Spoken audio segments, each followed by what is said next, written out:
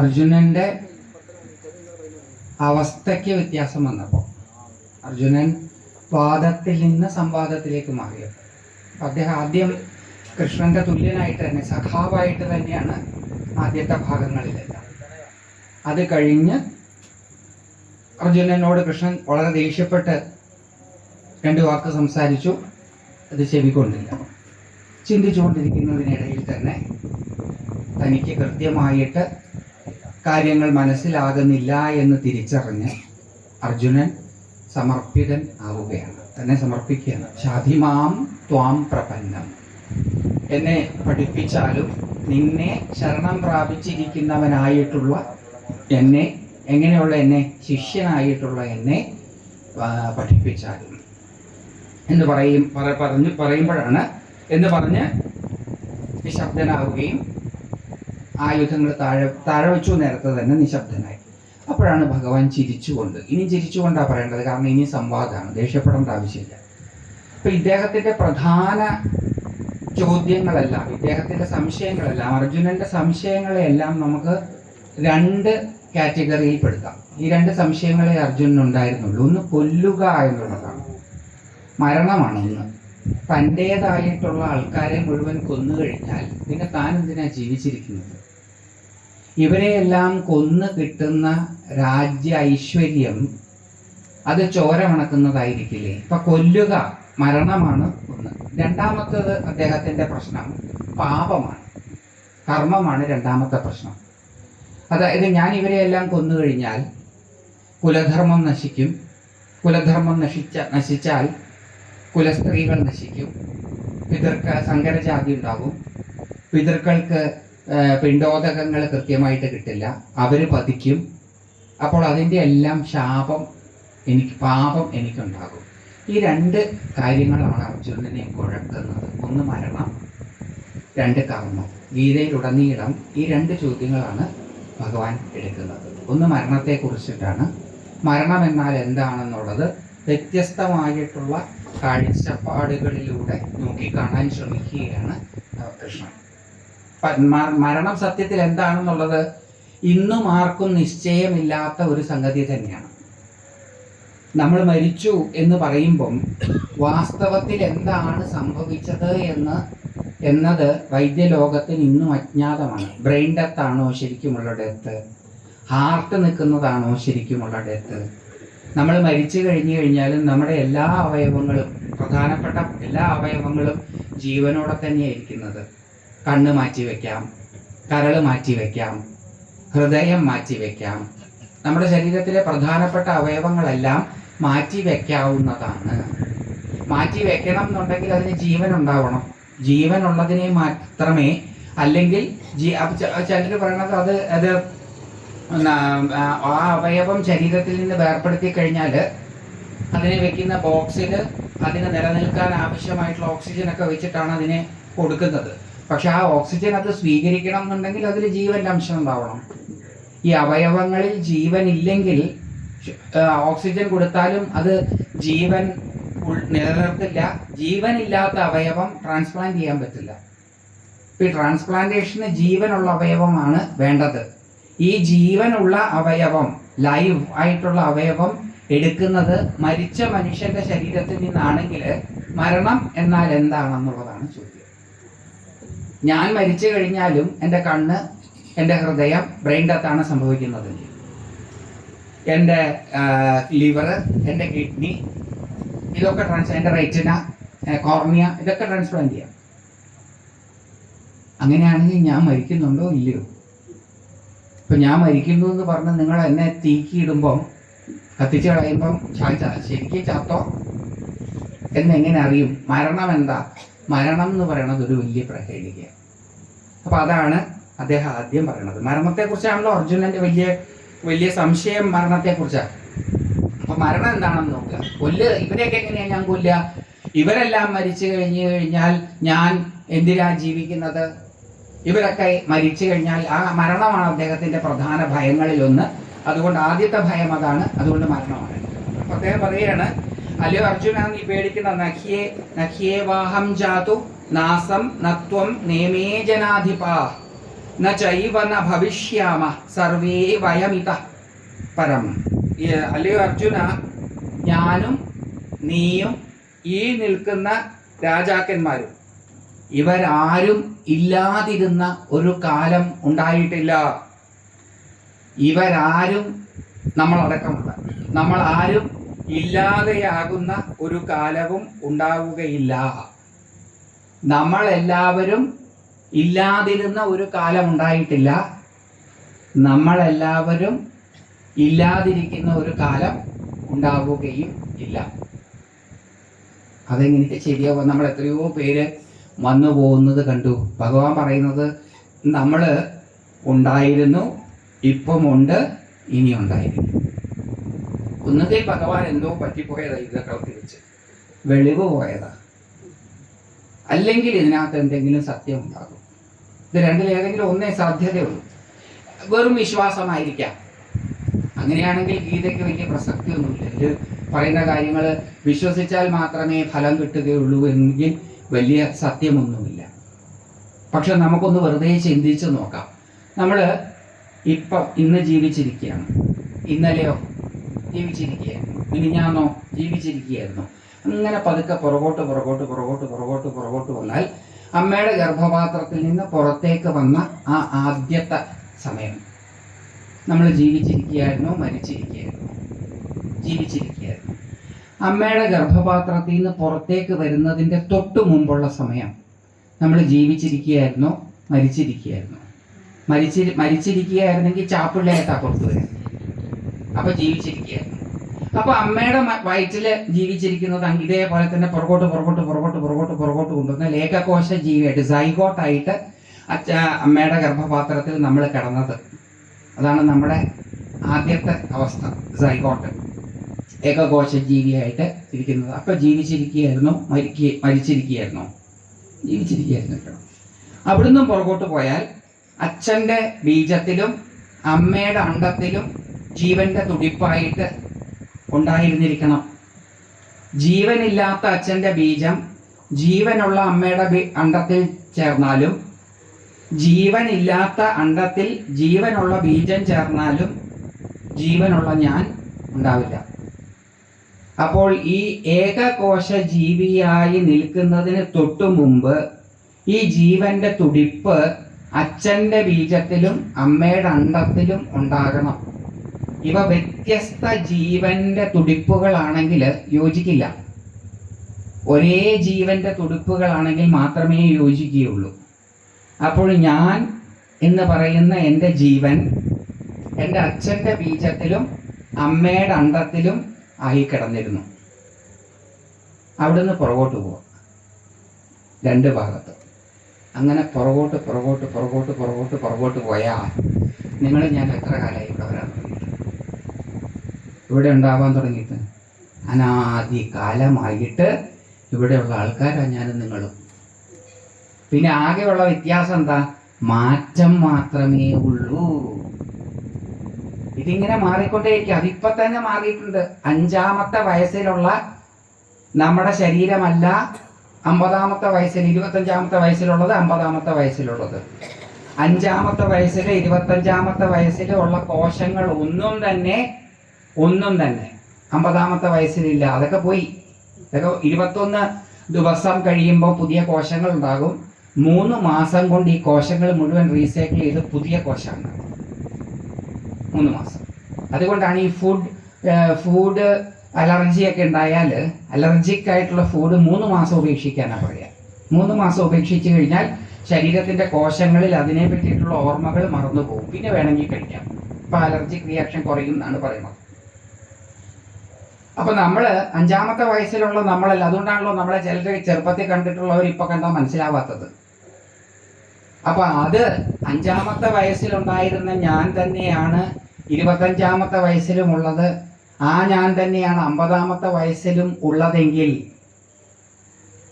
ഞാൻ തന്നെ ആയിരുന്നിരിക്കില്ലേ അമ്മയുടെ ഗർഭപാത്രത്തിൽ ഉണ്ടായിരുന്നതും അച്ഛൻ്റെ ജീവന്റെ തുടിപ്പായിട്ടിരുന്നതും അമ്മയുടെ ജീവന്റെ തുടിപ്പായിട്ടിരുന്നതും. അങ്ങനെ പുറകോട്ട് പുറകോട്ട് പുറകോട്ട് പുറകോട്ട് പോയാൽ ഞാനിവിടെ എന്നും ഉണ്ട്. മാറ്റങ്ങൾ ഉണ്ട് എന്ന് മാത്രമേ ഉള്ളൂ. മാറ്റത്തിനെ വിളിക്കുന്ന പേര് വേണമെങ്കിൽ മരണം എന്നാകാം. മരണം എന്ന് പറയുന്ന ഒരു സാധനം ഇല്ല, മാറ്റം മാത്രം. അങ്ങനെ മരിച്ചു എന്ന് പറയുകയാണ്. കുറച്ച് കഴിഞ്ഞാൽ ഭഗവാൻ ഇനി അതെടുത്ത് പറയും. അങ്ങനെ മരിച്ചു എന്ന് പറയുകയാണ് വേണ്ടതെങ്കിൽ ഗർഭപാത്രത്തിലുണ്ടായിരുന്ന ശിശു പുറത്തേക്ക് വന്നപ്പം ഗർഭപാത്രത്തിലുണ്ടായിരുന്ന ശിശു മരിച്ചു എന്ന് പറയണം. അത് പറയാൻ പറ്റില്ല. 5-ാം വയസ്സിലുള്ള ആളെയല്ല നമ്മളിപ്പം. നമ്മുടെ ഫേഷ്യൽ സ്ട്രക്ചർ എല്ലാം മാറിയിട്ടുണ്ടാവും. വലിയൊരു പറയും ഒരു ചെറിയ സാമ്യമുണ്ടല്ലോ, അത് അപ്പൂപ്പനുമായിട്ട് സാമ്യമുണ്ട്, അച്ഛനുമായിട്ട് സാമ്യമുണ്ട്, അമ്മൂമ്മയായിട്ട് സാമ്യമുണ്ട്, വകയിലൊരു ബന്ധുവായിട്ട് സാമ്യമുണ്ട്. സാമ്യം പലരുമായിട്ട് നമ്മുടെ മുഖത്തിനുണ്ട്. 5-ാമത്തെ വയസ്സിൽ ജീവിച്ചിരുന്ന നമ്മുടെ മുഖമായിട്ട് നമുക്കിപ്പോൾ സാമ്യമുണ്ട്. പക്ഷെ മാറ്റമുണ്ട്. അപ്പൊ ഇത് നിരന്തരം മാറിക്കൊണ്ടിരിക്കുന്നതാണെന്ന് മാത്രമേ പറയാൻ പറ്റുകയുള്ളൂ. നശിച്ചു പോകുന്നതാണ് എന്ന് പറയാൻ പറ്റില്ല. നാശം ഇല്ല, അല്ല, മാറ്റം മാത്രമേ ഉള്ളൂ, നാശം ഇല്ല. മരണമില്ല. അപ്പൊ മരണത്തെക്കുറിച്ച് ഇനി വേവലാതിക്കണം.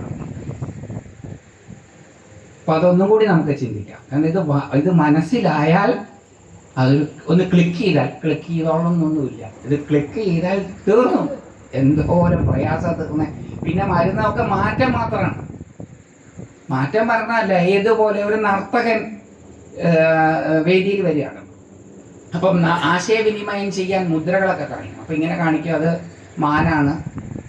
അത് കഴിഞ്ഞാൽ വേറൊരു മുദ്ര കാണിക്കും, ഹംസമാണ്. അങ്ങനെ പല മുദ്രകൾ ഇവർ കാണിക്കും. ചിന്മുദ്ര കാണിക്കും, അങ്ങനെ പറവകൾ ഇങ്ങനെ പറക്കുന്ന കാണിക്കും. അങ്ങനെ പലതരത്തിലുള്ള മുദ്രകൾ കാണിക്കും.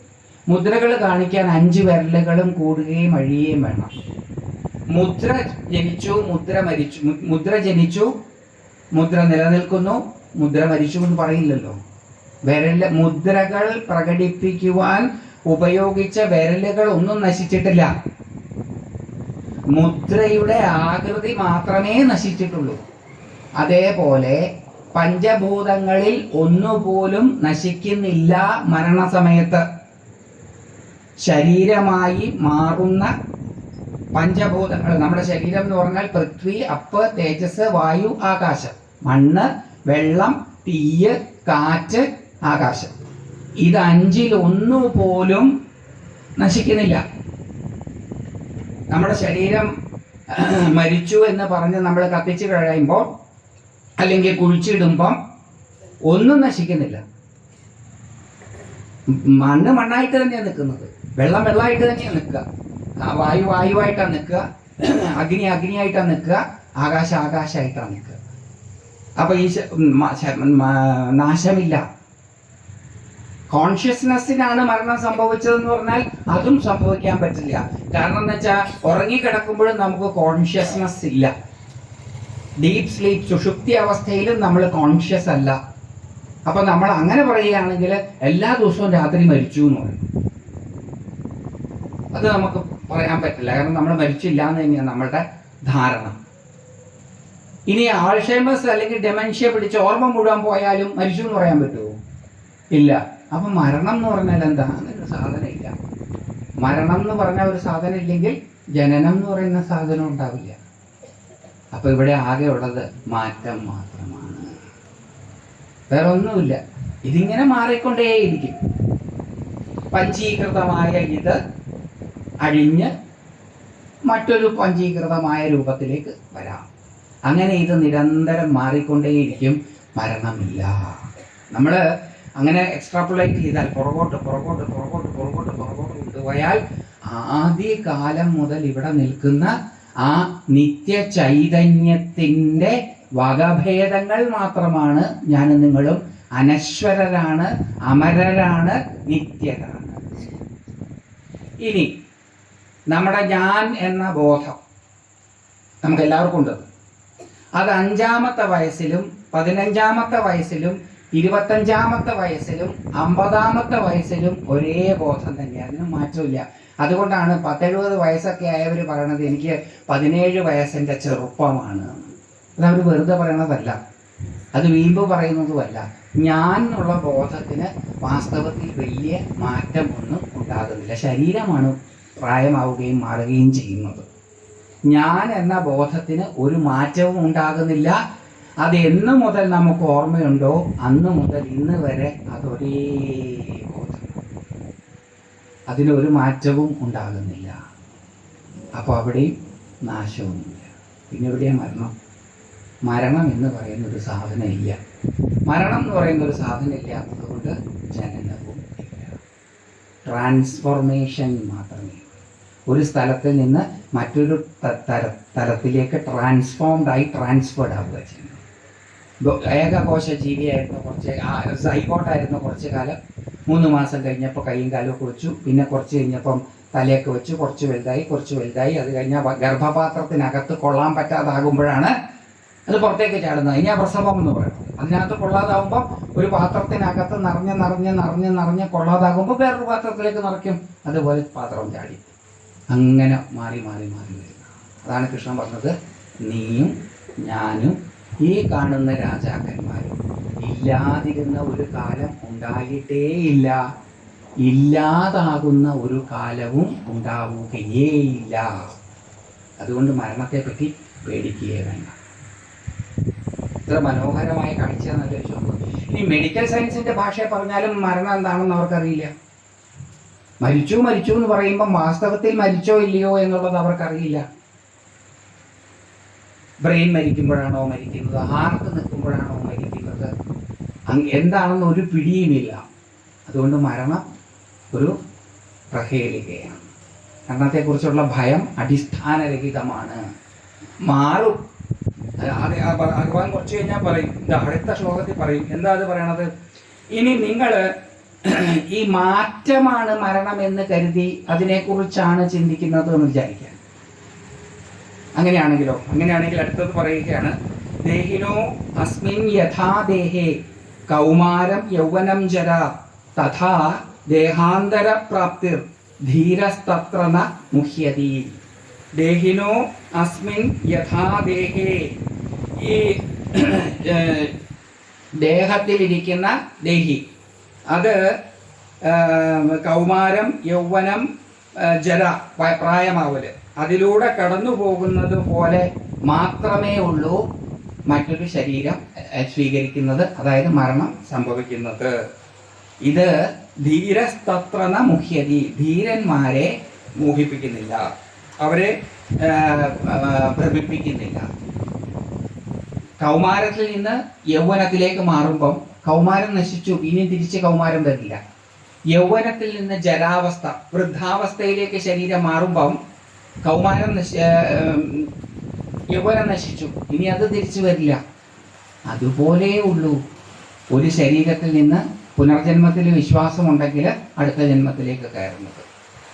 അതും എങ്ങനെയാണ് അടുത്ത ജന്മത്തിലേക്ക് കയറുന്നത് എന്നുള്ളതിനെ കുറിച്ച് ഒരുപാട് വ്യത്യസ്ത അഭിപ്രായങ്ങൾ ഭാരതത്തിലുണ്ട്. സാഖ്യയോഗം അനുസരിച്ച് അത് തന്നെയാണ് ഭാഗവതത്തിൽ പറയണത്. ഒരു പുൽച്ചാടി ഒരു പുല്ലിൽ നിന്ന് മറ്റൊരു പുല്ലിലേക്ക് ചാടുന്നത് പോലെയാണ് ഒരു ദേഹി ദേഹം വെടിയുന്നത്.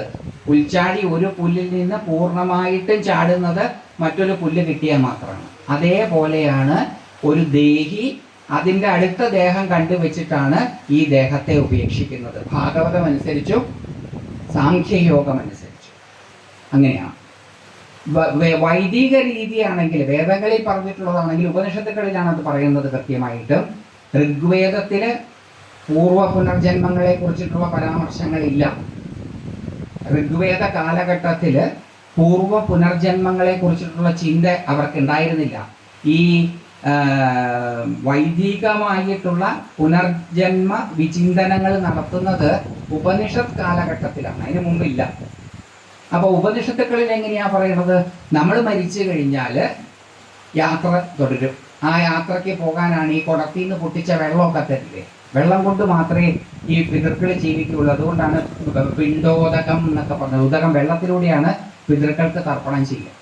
ഈ വെള്ളം കൊണ്ട് അവർ ഒരു ദിവസം യാത്ര ചെയ്യും. അവരുടെ ഒരു ദിവസം എന്ന് പറയുന്നത് നമ്മുടെ ഒരു വർഷം, ആണ്ടുബലി എന്നൊക്കെ പറയുന്നത്. ഈ വർഷം മരിച്ചാൽ അടുത്ത വർഷം ഇതേ സമയമാകുമ്പോൾ ഈ പിതൃക്കള് ഈ പരേതാത്മാവ് വൈതരണി നദിയുടെ തീരത്തെത്തും.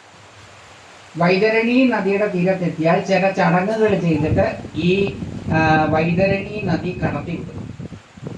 വൈതരണി നദി കടത്തി വിട്ട് കഴിഞ്ഞാൽ അര്യമാവിൻ്റെ ലോകത്തിലേക്കാണ് ചെല്ലുക. അര്യമാവിൻ്റെ ലോകത്ത് ചെല്ലുമ്പോൾ ലെഡ്ജർ ബുക്ക് ഉണ്ട്. നമ്മുടെ ഓരോരുത്തരുടെയും ഒറിജിനൽ പേരിൽ, നമ്മുടെ ഇപ്പോഴുള്ള പേരൊക്കെ ഒറിജിനലാണോ എന്ന് ആർക്കും അറിയില്ല. കാരണം ഇതിനു മുമ്പ് പല പേരുകളിലാണ് നമ്മളിവിടെ വന്നിട്ടുള്ളത്. ഇപ്പം ഗിരീഷ് കുമാറാണെന്നേ പറയാൻ പറ്റുള്ളൂ. പണ്ടെന്തായിരുന്നു പേരെന്നൊന്നും നമുക്കറിയില്ല. അപ്പം നമുക്ക് ഒറിജിനൽ ചിലപ്പോൾ നമ്പർ ആയിരിക്കും, അറിയില്ല. അവിടുത്തെ ലെഡ്ജർ കണ്ടിട്ടില്ല, അതുകൊണ്ട് അറിയില്ല. ഒരു പേജ് ഉണ്ടാവും എന്തായാലും. ആ പേജ് ഓപ്പൺ ചെയ്യും. എന്നിട്ട് ചെയ്ത കാര്യങ്ങളൊക്കെ ഒന്ന് കണക്ക് കൂട്ടി നോക്കിയിട്ട് പറയും ഇയാൾ കുറച്ച് കാലം ഒരു 3 months നരകത്തിൽ പോട്ടെ, അത് കഴിഞ്ഞാൽ പിന്നെ അവിടുന്ന് ട്രാൻസ്ഫർ കിട്ടി ഇന്ന സ്ഥലത്ത് പോട്ടെ. അങ്ങനെ നമ്മൾ ചെയ്ത കർമ്മത്തിൻ്റെ ഫലമൊക്കെ അനുഭവിച്ച് കഴിയുമ്പോഴത്തേക്കും ഭൂമിയിൽ 7 ജന്മം കഴിയും, 7 തലമുറ കഴിയും. അതുകൊണ്ടാണ് പെലവാലായ്മകൾ വൈദിക വിധി പ്രകാരം 7 തലമുറ വരെ മാത്രമേ ഉള്ളൂ. പെല മുറിക്കുക എന്നൊരു സമ്പ്രദായമുണ്ട്. അങ്ങനെ മുറിക്കണം എന്നുണ്ടെങ്കിൽ 7ാമത്തെ തലമുറ വെച്ച് മുറിക്കാം. അപ്പോൾ പെല മുറിക്കാം. അപ്പോൾ 7ാമത്തെ തലമുറയാകുമ്പം, നമ്മുടെ ഭൂമിയിൽ 7ാമത്തെ തലമുറയാകുമ്പം ഇവിടുന്ന് വിട്ടയാള് അയാളുടെ കർമ്മഗതിയൊക്കെ ഏകദേശം അനുഭവിച്ച് കഴിഞ്ഞിട്ടുണ്ടാകും. അയാൾ മഴയിലൂടെ ആ ജീവൻ ഭൂമിയിലേക്ക് വരും. ആ മഴത്തുള്ളി ഏതെങ്കിലും ഒരു ചെടി എടുക്കും. ആ ചെടി ഏതെങ്കിലും ഒരു മൃഗം, മനുഷ്യൻ തന്നെ ആയിക്കൊള്ളണമെന്നില്ല. ഈച്ച ചത്തങ്ങു പൂച്ചയായിടുന്നു, ജ്ഞാനപ്പാന. ഏതെങ്കിലും ഒരു മൃഗം ആഹരിക്കും. ആ മൃഗത്തിൻ്റെ രേതസ്സിലൂടെ ആ മൃഗമായിട്ട് വീണ്ടും പുനർജനിക്കും. ജനന മരണമാകുന്ന ഈ സർക്കിൾ ഇങ്ങനെ തുടർന്നുകൊണ്ടേയിരിക്കും. അത് മറ്റൊരു സങ്കല്പം. പുൽച്ചാടിയുടേതും ഭാരതീയ സങ്കല്പമാണ്. ഭാരതത്തിലെ പുനർജന്മം എന്നുള്ളത് ഒറ്റ സങ്കല്പം അല്ലാന്ന് കാണിക്കാനാണ് ഞാൻ വൈവിധ്യങ്ങൾ പറയുന്നത്. ഇപ്പോൾ ഭാഗവതത്തിൽ സാഖ്യത്തിലും പുൽച്ചാടിയും ആണ്. പുൽച്ചാടി ഒരു പുല്ലിൽ നിന്ന് ചാടുന്നത് പോലെയാണ്. അപ്പോൾ ഇത്രയും ടൈമൊന്നും എടുക്കുകയില്ല.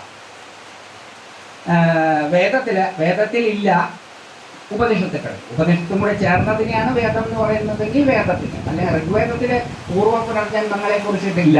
അതിനെക്കുറിച്ച് ഞാൻ ഇത് പറഞ്ഞു കഴിഞ്ഞാൽ ഒന്ന് നിർത്തിയിട്ട് എന്നോട് വളരെ പ്രധാനപ്പെട്ട ഒരു കാര്യത്തെക്കുറിച്ചും കൂടി ഒരു സംശയ നിവാരണം ചെയ്യണം എന്ന് പറഞ്ഞിട്ടുണ്ട്. ഇവിടെ നടക്കുന്ന ബലിക്രിയകളെക്കുറിച്ച്. തോറ്റമൊക്കെ ആടുന്ന സമയത്ത് ഇവിടെ മൃഗബലി നടത്താറുണ്ട്. അപ്പോൾ ആ മൃഗബലിയെ കുറിച്ചിട്ടും ചെറുതായിട്ടൊന്ന് സംസാരിക്കണം എന്നോട് പറഞ്ഞിട്ടുള്ളത് കൊണ്ട് അതിലേക്ക് ഞാൻ വരാം. അപ്പോൾ ഇത് നല്ല സന്ദർഭം. അപ്പം ഇങ്ങനെ മനുഷ്യരിങ്ങനെ മൃഗങ്ങളും ഒക്കെ ആയിട്ട് തീരും. മനുഷ്യനായി തന്നെ ജനിച്ചു കൊള്ളണം എന്നില്ല.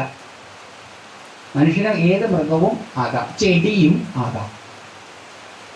ഇതാണ് പുനർജന്മ സിദ്ധാന്തം. അങ്ങനെ ഇത് ഭാരതീയരുടെ എന്ന് പറഞ്ഞു കഴിഞ്ഞാൽ വേദാധിഷ്ഠിതമായി ചിന്തിക്കുന്നവരുടെ വൈവിധ്യങ്ങളാണ്. ഇനി ഇതല്ലാതെ ഉണ്ട് ഒരുപാട് വ്യത്യസ്ത പുനർജന്മ സങ്കല്പങ്ങളുണ്ട്. ബൗദ്ധരുടെ ആണെങ്കിൽ ഇങ്ങനെയല്ല. 49 ദിവസമാണ് ഈ ശരീരം വിട്ട് കഴിഞ്ഞാൽ ഇന്റർമീഡിയറ്റ് ലോകത്തിൽ കിടക്കുക. അതിന് ബാർഡോ എന്നാണ് അവർ വിളിക്കുക. 49 ദിവസം. 49ാമത്തെ ദിവസം ആ ജീവന് യോജിച്ച ഒരു യോനി, ആ ജീവൻ കണ്ടെത്തുകയും ആ യോനിയിലേക്ക് പ്രവേശിക്കുകയും ചെയ്യും. നമുക്കുണ്ട് അങ്ങനെ. 3ാമത്തെ മാസമാണ് ഗർഭപാത്രത്തിൽ കിടക്കുന്ന അണ്ഡത്തിലേക്ക്, ആ ഭ്രൂണത്തിലേക്ക് ജീവൻ പ്രവേശിക്കും. നമ്മുടെ സങ്കല്പം അത് ബൗദ്ധ സങ്കല്പമാണ്. ശരിക്കും ബൗദ്ധരുടെ സങ്കല്പം അനുസരിച്ച് മരിച്ചു കഴിഞ്ഞാൽ 49 ദിവസം ബാർഡോയിൽ കിടക്കും. 49 ദിവസത്തിനകം തീരുമാനിക്കും. യോജിച്ച ഒരു യോനി കിട്ടിയാൽ അങ്ങോട്ട് ചാടും. പിന്നെ അവിടെ ട്രാൻസ്ഫർ ചെയ്ത് അങ്ങനെ പോകും. ഇനി 49 ദിവസത്തിനകത്ത് ഇത് കിട്ടിയില്ലെങ്കിലോ അങ്ങനെയാണ് ഈ പിശാച പ്രേതങ്ങളൊക്കെ ആയിട്ട് മാറുന്നത്. പിന്നെ അതിനെയൊക്കെ മോക്ഷം കൊടുക്കാനുള്ള വകുപ്പുകളും വഴികളും ഒക്കെ ബൗദ്ധമതത്തിൽ. ഇതാണ് പൂർവ്വ പുനർജന്മ സങ്കല്പമാക്കി അങ്ങനെ ജനിച്ചു വരികയാണ്. അങ്ങനെ അല്ലയോ അർജുന, നീ അങ്ങനെ വിഷമിക്കുകയാണെങ്കിൽ നീ എൻ്റെ ബാല്യം മരിച്ചേ എന്ന് പറഞ്ഞ് വിഷമിക്കണം, നീ എൻ്റെ കൗമാരം ചത്തേ എന്ന് പറഞ്ഞ് വിഷമിക്കണം, നീ എൻ്റെ ജരാവസ്ഥ മരിച്ചുപോയേ എന്ന് പറഞ്ഞ് വിഷമിക്കണം. അങ്ങനെ ഓരോ ട്രാൻസ്ഫറിനും നീ വിഷമിക്കാൻ നിൽക്കുകയാണെങ്കിൽ നിനക്ക് ഇതിനെ പണിയുണ്ടാവുള്ളൂ. കാരണം ബാല്യത്തിൽ നിന്ന് കൗമാരത്തിലേക്ക്, കൗമാരത്തിൽ നിന്ന് ജരാവസ്ഥയിലേക്ക്, വൃദ്ധാവസ്ഥയിലേക്ക്, വൃദ്ധാവസ്ഥയിൽ നിന്ന് അടുത്ത ശരീരത്തിലേക്ക്. അപ്പോൾ പിന്നെ ഇതിലെന്താണ് പേടിക്കാനുള്ളത്? അതുകൊണ്ട് ധീരസ്തത്വ മുഖ്യതി, ധീരന്മാര് അതുകൊണ്ട് ഇതിലൊന്നും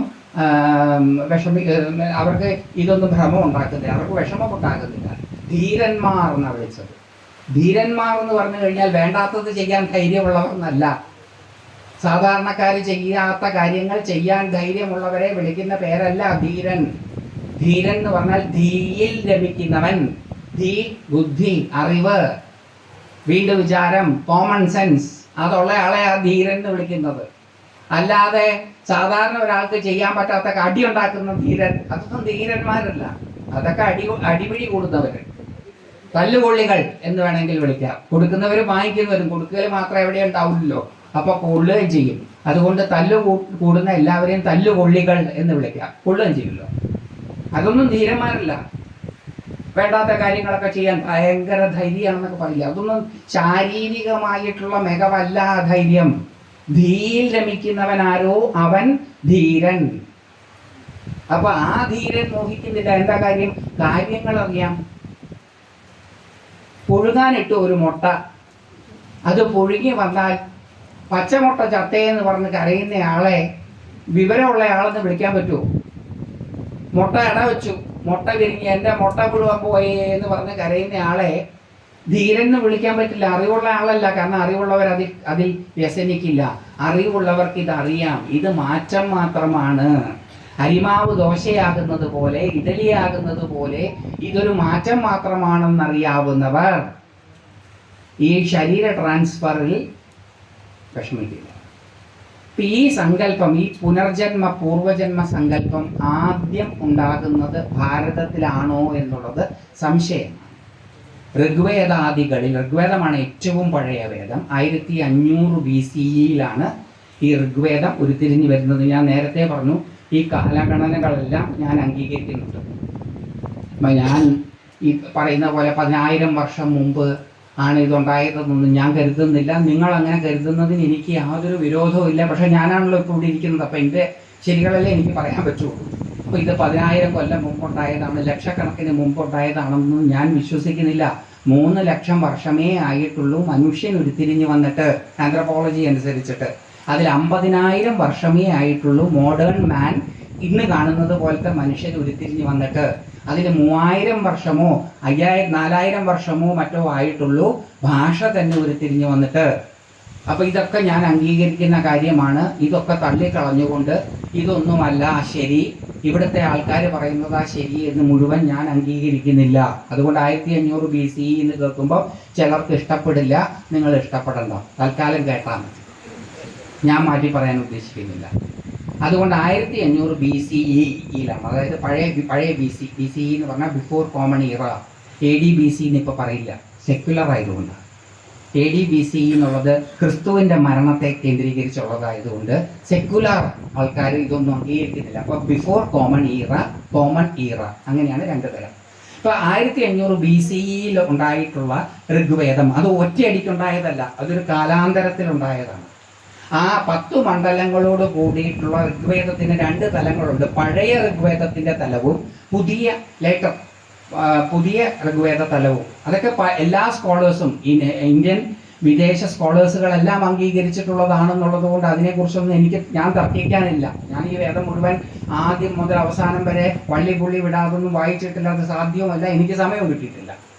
അപ്പൊ ഇത് ഈ വേദം എന്ന ഒരു പീരീഡ് ഓഫ് ടൈമാണ് ഇത് ഉരുത്തിരിഞ്ഞു വരുന്നത്. ആ കാലഘട്ടത്തിലൊന്നും അതിൽ പൂർവജന്മ പുനർജന്മ സിദ്ധാന്തങ്ങളില്ല, ഋഗ്വേദത്തിൽ ഇല്ല.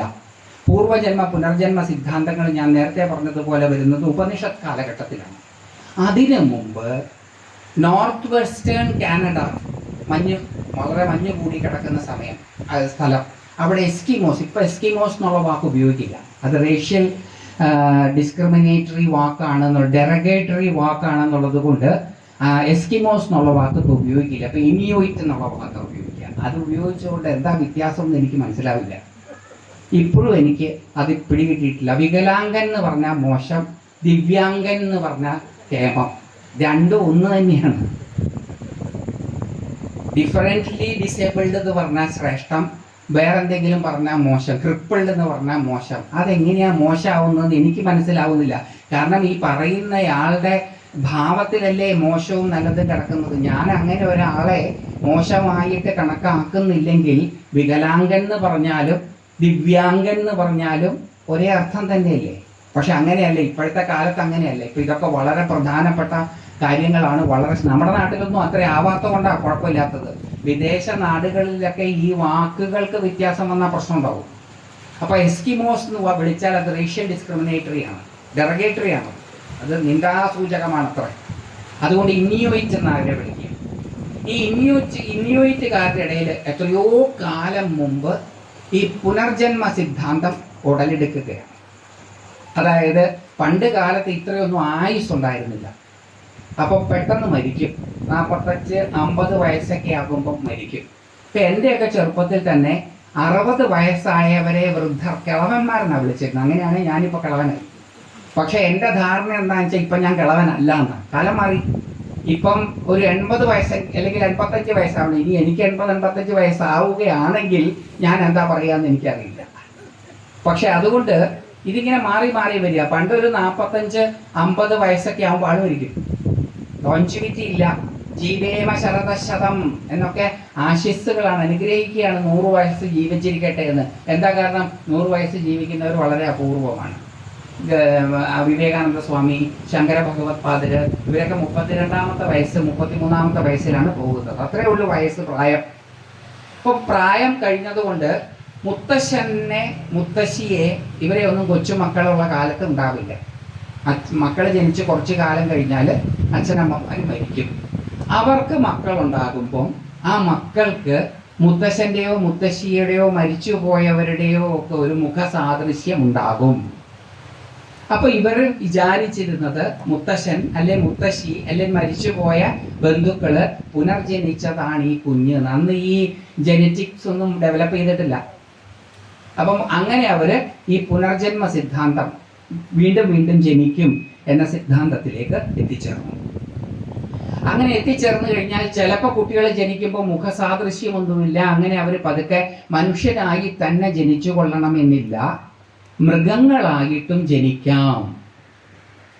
നമ്മൾ പൂന്താനമൊക്കെ അത് പാടുന്നുണ്ട്. ഈച്ച ചത്തങ്ങു പൂച്ചയായിടുന്നു, നരൻ ചത്തുടൻ നാരിയായിടുന്നു. ഒരുപാട് ആ പൂന്താനത്തിന്റെ ജ്ഞാനപ്പാനയുടെ ഭാഗത്ത് മനുഷ്യനായിട്ട് തന്നെ പുനർജനിച്ചു കൊള്ളണം എന്നില്ല.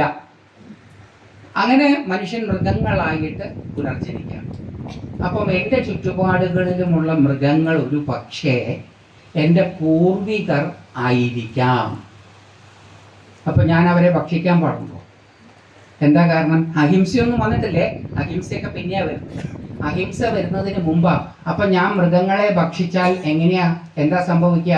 അത് കാനിബലിസം ആകും, മനുഷ്യ നരഭോജികളാകും. എൻഡോ ആന്ത്രോപോഫാജി എന്നാണ് അതിനെ വിളിക്കുക. എൻഡോ ആന്ത്രോപോഫാജി. ആന്ത്രോപോഫാജി എന്ന് പറഞ്ഞാൽ നരഭോജികൾ. എൻഡോ ആന്ത്രോപോഫാജി എന്ന് പറഞ്ഞാൽ ബന്ധുക്കളുടെ ഇടയിൽ തന്നെ ഉള്ളവരെ തിന്നാം. അപ്പം ഞാൻ എന്ത് ചെയ്യും? ഈ മൃഗങ്ങളെ, മത്സ്യങ്ങളെ ഒന്നും തിന്നില്ല. ചില സമ്പ്രദായങ്ങളിൽ, മതങ്ങളിലേക്ക് വരുമ്പോൾ മൃഗങ്ങളും മത്സ്യങ്ങളും പറവകളും മാത്രമായിട്ടല്ല പുനർജനിക്കുക, ചില ചെടികളായിട്ടും പുനർജനിക്കും. അങ്ങനെ വരുമ്പം ആ ചെടികളെയും ഭക്ഷിക്കില്ല. അതുകൊണ്ടാണ് ജൈനമതത്തിൽ ചില ചെടികൾ, മൂലികകൾ മണ്ണിൻ്റെ അടിയിലേക്ക് പോകുന്നതൊന്നും അവർ ഭക്ഷിക്കില്ല. അതൊക്കെ ഈ പൂർവ്വ പുനർജന്മ സിദ്ധാന്തത്തെ അധിഷ്ഠിതമാക്കിയിട്ടുള്ളതാണ്. അതിന് അഹിംസാവാദവുമായിട്ട് ഒരു ബന്ധവും ഇല്ല. ബന്ധം വരുത്തുന്നത് പിൽക്കാലത്താണ്. ഇതിപ്പോൾ ഞാൻ എവിടുന്നാ മനസ്സിലാക്കിയത്? ഇമാജിനിങ് കർമ്മ എന്നൊരു പുസ്തകമുണ്ട്. ഗണേഷ് ഒബൈസേക്കരെ എന്ന് പറയുന്ന ഒരു ശ്രീലങ്കൻ, അമേരിക്കയിലാണ് അദ്ദേഹം സെറ്റിൽ ചെയ്തിരിക്കുന്ന ശ്രീലങ്കൻ അമേരിക്കൻ സ്കോളറിൻ്റെ. ആ ബുക്ക് ഇന്ത്യയിൽ മോത്തിലാൽ ബനാറസിദാസ് റീപബ്ലിഷ് ചെയ്തിട്ടുണ്ട്. കർമ്മ ആൻഡ് റീബർത്ത് എന്നാണ് ആ ബുക്കിൻ്റെ പേര്. വളരെ വിശദമായ ഗവേഷണം ചെയ്തിട്ടുള്ള ഒരു പുസ്തകമാണ്. അത് ഇതുവരെ ഒരു സ്കോളറും തെറ്റാണ് എന്ന് തെളിയിക്കാൻ രേഖകളൊന്നും കണ്ടെത്തിയിട്ടില്ല. അപ്പം അതാണ് ഇപ്പം നമ്മൾ കരുതുന്നത്. അദ്ദേഹം പഠിച്ചത്രയും ഈ കാര്യത്തിൽ ഞാൻ പഠിച്ചിട്ടില്ല എന്നുള്ളതുകൊണ്ട് അദ്ദേഹത്തിൻ്റെ വാദഗതികളെ ഞാൻ അംഗീകരിച്ചുകൊണ്ടാണ് ഈ പറയുന്നത്. പറയുമ്പോൾ ഒക്കെ നിങ്ങൾക്ക് തിരസ്കരിക്കാം, അത് നിങ്ങളുടെ ഇഷ്ടം. അപ്പം അതുകൊണ്ടാണ് മൃഗങ്ങളെ കഴിക്കാൻ പറ്റാത്തത്. പക്ഷേ ഈ മഞ്ഞുമലകളിലും വിദേശ നാടുകളിൽ പലതിലും ചെടികളൊന്നും കിട്ടില്ല ഭക്ഷിക്കാൻ. അവിടെ മൃഗങ്ങളെ കിട്ടും. അപ്പൊ എങ്ങനെ ഭക്ഷിക്കും? കാനിബലിസ്റ്റ് ആവാതെ, നരഭോജികളാകാതെ എങ്ങനെ ഭക്ഷിക്കും? അപ്പോൾ എന്ത് ചെയ്യും എന്ന് വെച്ച് കഴിഞ്ഞാൽ, അവരെ സങ്കല്പിച്ച് ഉരുത്തിരിച്ചു കൊണ്ടുവന്നിട്ടുള്ള ഈശ്വര സ്വരൂപത്തിന് ഈ ജീവനെ ഊർധ്വഗതിക്കായി കൊണ്ട് ബലി കൊടുത്തിട്ട്, ഈ ജീവനെ ബലി കൊടുക്കുമ്പോൾ ഉള്ള സങ്കല്പം എന്താണെന്ന് വെച്ചാൽ ഇത് ഈ ശരീരത്തിൽ നിന്ന് വിട്ട് ഒരു ഉയർന്ന ശരീരതലത്തിലേക്ക് പോകണം എന്ന സങ്കല്പത്തിൽ ഇതിനെ ബലി കൊടുത്തതിന് ശേഷം ആ മാംസം ഭുജിക്കും. അപ്പൊ പാപമൊന്നുമില്ലല്ലോ, അതിന് ഗതിയല്ലേ കൊടുത്തത്. അതിന്റെ അവശിഷ്ടങ്ങള് ഇതേപോലെ ഈ ജന്തു വേഗം ഉത്തമമായ ഒരു ജന്മ പ്രാപിക്കട്ടെ എന്ന് വിചാരിച്ച് അതിനും ചില ക്രിയകളൊക്കെ ചെയ്തിട്ടാണ് സംസ്കരിക്കുക. അതിൽ നിന്നാണ് വാസ്തവത്തിൽ ഈ ബലി എന്ന സങ്കല്പം ഉണ്ടായത്. അതിന് അഹിംസയുമായിട്ട് യാതൊരു ബന്ധവും ആദ്യ കാലഘട്ടങ്ങളിലില്ല. ബ്ലെസ്സിങ്, അനുഗ്രഹിക്കുക എന്ന വാക്കുണ്ടാവുന്നത് ബ്ലെസ്സിങ് എന്ന വാക്കിൽ നിന്നാണ്. ബ്ലെസ്സിങ് എന്ന് പറഞ്ഞു കഴിഞ്ഞാൽ സാക്രിഫിഷ്യൽ അനിമലിന്റെ, ബലി കൊടുക്കപ്പെട്ട മൃഗത്തിന്റെ ചോര ശുദ്ധ്യർത്ഥമായി തളിക്കുന്നതിനാണ്. സ്പ്രിംഗ്ലിംഗ് ഓഫ് ബ്ലഡ് ആണ് ബ്ലെസ്സിങ്. സാക്രിഫൈസ് ചെയ്തിട്ടുള്ള അനിമലിന്റെ, ബലി കൊടുക്കപ്പെട്ടിട്ടുള്ള മൃഗത്തിന്റെ രക്തത്തെ ശുദ്ധീകരിക്കുവാൻ വേണ്ടി, ബാക്കി അവിടെ കൂടി നിൽക്കുന്നവർ ശുദ്ധീകരിക്കപ്പെടുവാൻ വേണ്ടി തളിക്കുന്നതാണ് ബ്ലെസ്സിങ്. അതിൽ നിന്നാണ് ബ്ലെസ്സിങ് ഉണ്ടായത്. അതാണ് പിന്നീട് അനുഗ്രഹം. അനുഗ്രഹം എന്നുള്ള വാക്കിന് വേറെയാണ് അർത്ഥം, ബ്ലെസ്സിങ് എന്നുള്ള വാക്കിന് അതാണ് അർത്ഥം. അപ്പോൾ ആ വാക്കുണ്ടായത് സാക്രിഫൈസിൽ നിന്നാണ്. കാലം മുന്നോട്ട് വീണ്ടും പോയി. പലതരത്തിലുള്ള പുനർജന്മ സങ്കല്പങ്ങളുണ്ടായി. പിത്താഗ്രസ് ഒരു വലിയ ഗ്രീക്ക് ഫിലോസഫറായിരുന്നു, മാത്തമാറ്റീഷ്യനും ആയിരുന്നു. ആ പിത്താഗ്രസ് ഇതേപോലെ പൂർവ്വജന്മ വിശ്വാസിയായിരുന്നു. അദ്ദേഹത്തിന്റെ ചില പിൻഗാമികളുടെയും അഭിപ്രായത്തിൽ 3000 ജന്മമാണ് ഒരു മനുഷ്യൻ മൃഗങ്ങളും ചെടികളും ഒക്കെ ആയിട്ട് എടുക്കുക തിരിച്ച് മനുഷ്യനാവാൻ. നമ്മുടെ പത്മപുരാണത്തില് ബുദ്ധമതത്തിലും 84 ലക്ഷം വ്യത്യസ്ത യോനികളിൽ ജനിച്ചു കഴിഞ്ഞാലാണ് മനുഷ്യരായിട്ട് തിരിച്ചു വരിക. പത്മപുരാണത്തിലാണ് അത് പറയണത്. അത് ബൗദ്ധരും അങ്ങനെ തന്നെയാണ് വിശ്വസിക്കുന്നത്. അപ്പൊ ഇതിങ്ങനെയാണ് വരിക. ഇതിങ്ങനെ തുടർന്ന് ഇപ്പോഴും പുണ്യപാപങ്ങള്, കർമ്മം, നല്ലത്, തിന്മ, എത്തിക്സ്, മൊറാലിറ്റി ഇതുമായിട്ടൊന്നും ഈ സങ്കല്പം കൂടിക്കലർന്നിട്ടില്ല. പിന്നീട് കുറച്ച് കാലം കഴിഞ്ഞപ്പോൾ മൊറാലിറ്റിയുമായിട്ടും എത്തിക്സുമായിട്ടും പ്രവർത്തികൾ കൂടിക്കലരുകയും നല്ലത് ചെയ്യുന്നവർക്ക് ദുരനുഭവങ്ങൾ ഉണ്ടാവുകയും മോശം ചെയ്യുന്നവർ സുഖമായിട്ട് ജീവിക്കുകയും ചെയ്യുമ്പോൾ അതിനൊരു ഉത്തരം കണ്ടെത്തേണ്ടുന്ന ഒരു അനിവാര്യത മതപണ്ഡിതന്മാർക്കുണ്ടായി. അപ്പോൾ അവർ കാലക്രമേണ എത്തിച്ചേർന്നതാണ് കർമ്മം എന്ന സിദ്ധാന്തം.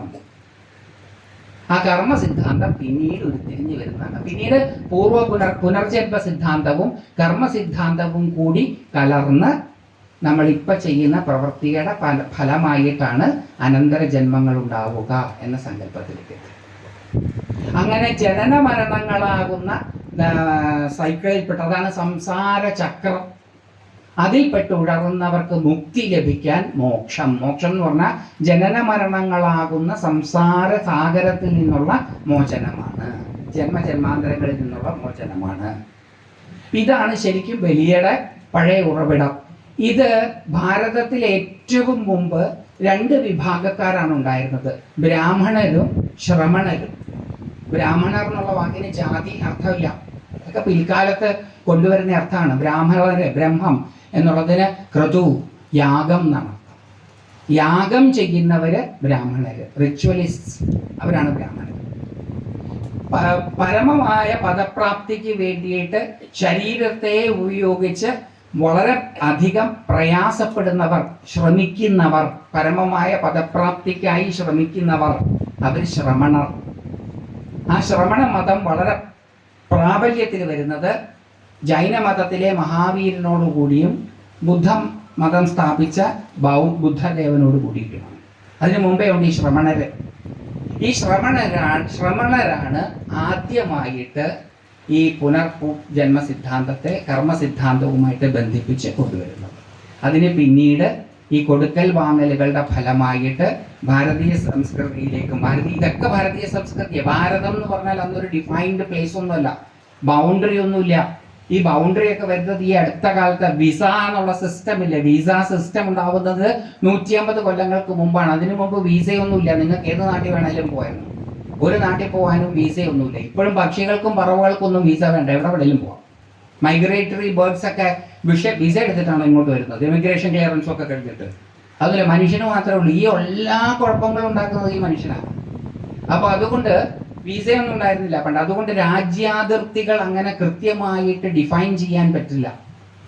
ഈ പറയുന്ന സിദ്ധാന്തങ്ങളെല്ലാം ഭാരതത്തിൽ ഉണ്ടാകുന്നത് കാശ്മീർ, ടിബറ്റ്, നേപ്പാൾ, ഗാന്ധാര ദേശം, അഫ്ഗാനിസ്ഥാൻ, ഇന്നത്തെ പാകിസ്ഥാൻ, അഫ്ഗാനിസ്ഥാൻ, ആ ഭൂപ്രദേശത്താണ് ഈ പറയുന്ന എല്ലാ സിദ്ധാന്തങ്ങളും ഉരുത്തിരിഞ്ഞു വരുന്നത്. ക്രേഡിൽ ഓഫ് ഇന്ത്യൻ സിവിലൈസേഷൻ എന്ന് പറയുന്നത് ആ ബെൽറ്റാണ്.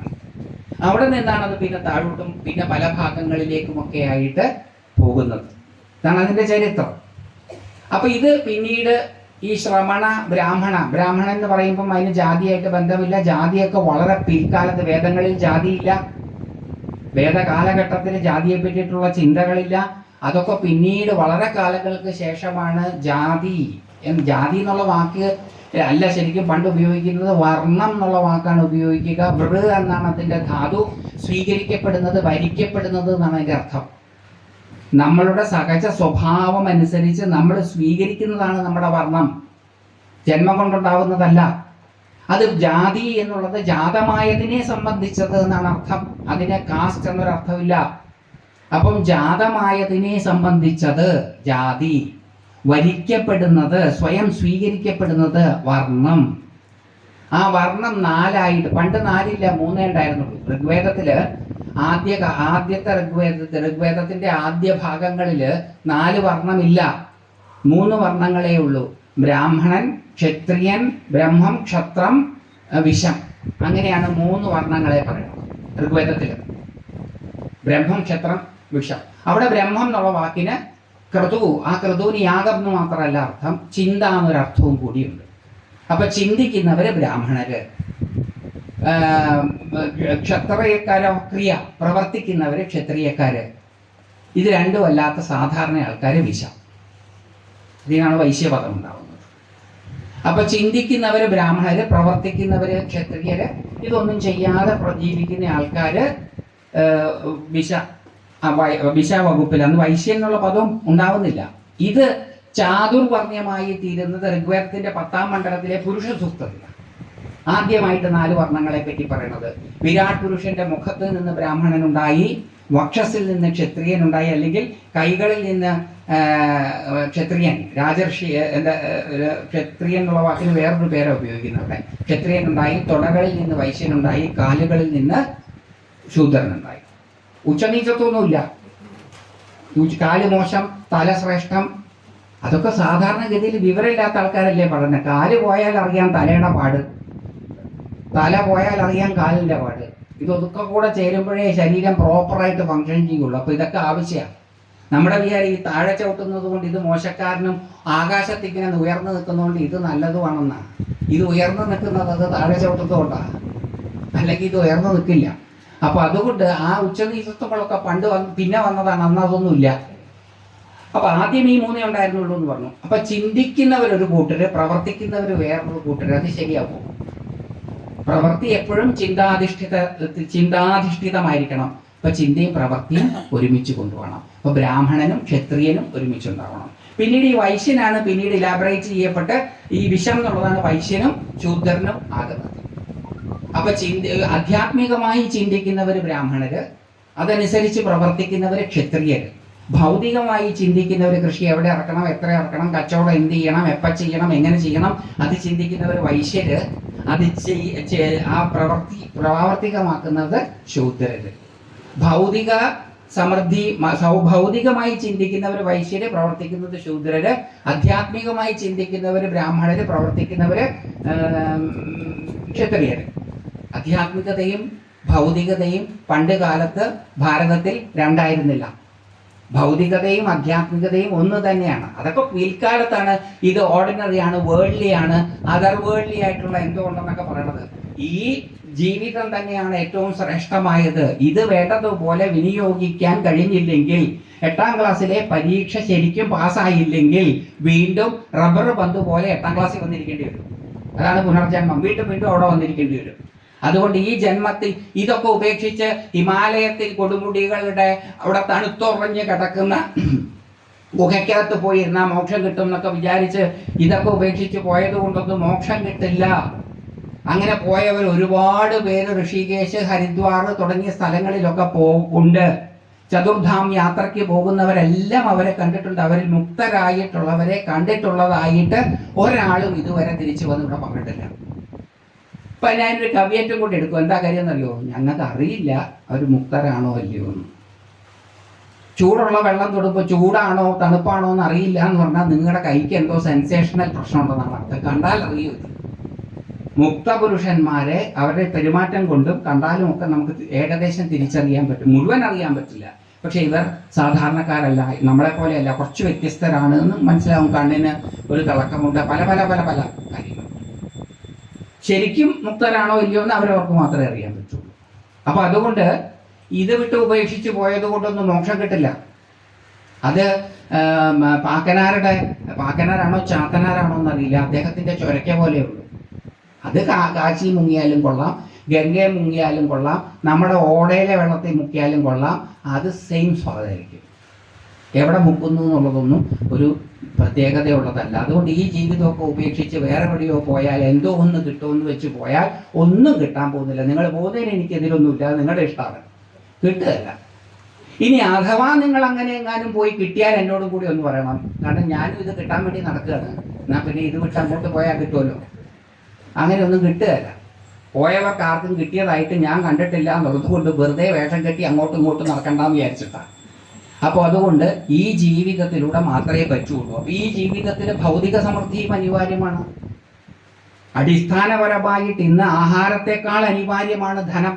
ധനമുണ്ടെങ്കിൽ ആഹാരവും ബാക്കിയെല്ലാം ഉണ്ടാവും. പണം വേണം.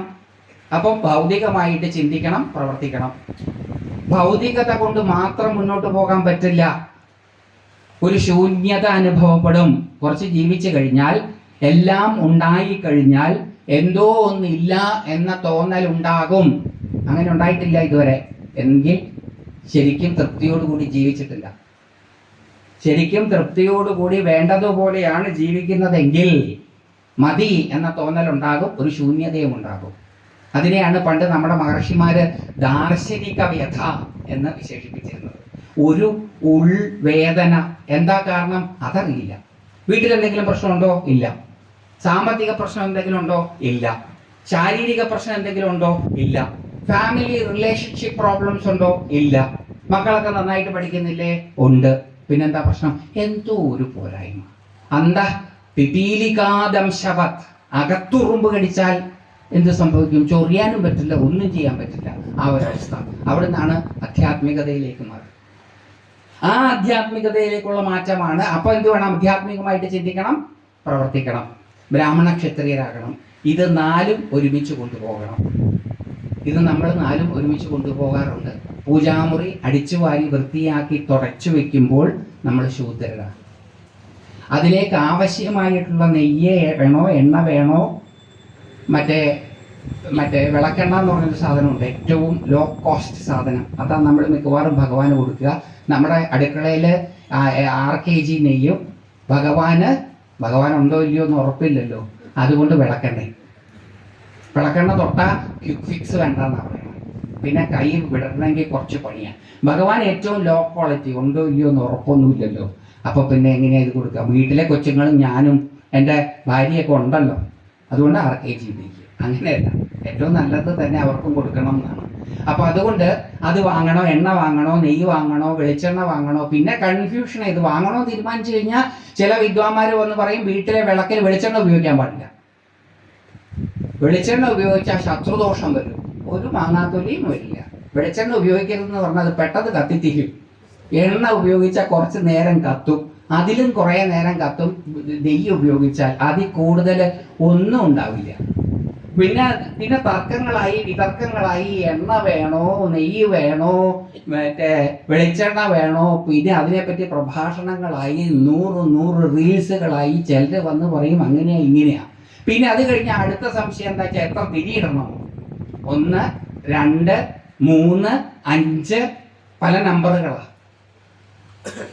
അത് ഇതിത്രയൊന്നും ചിന്തിക്കാനില്ല. വിളക്ക് കത്തിക്കുന്ന എന്തിനാ? വെളിച്ചം കിട്ടാൻ.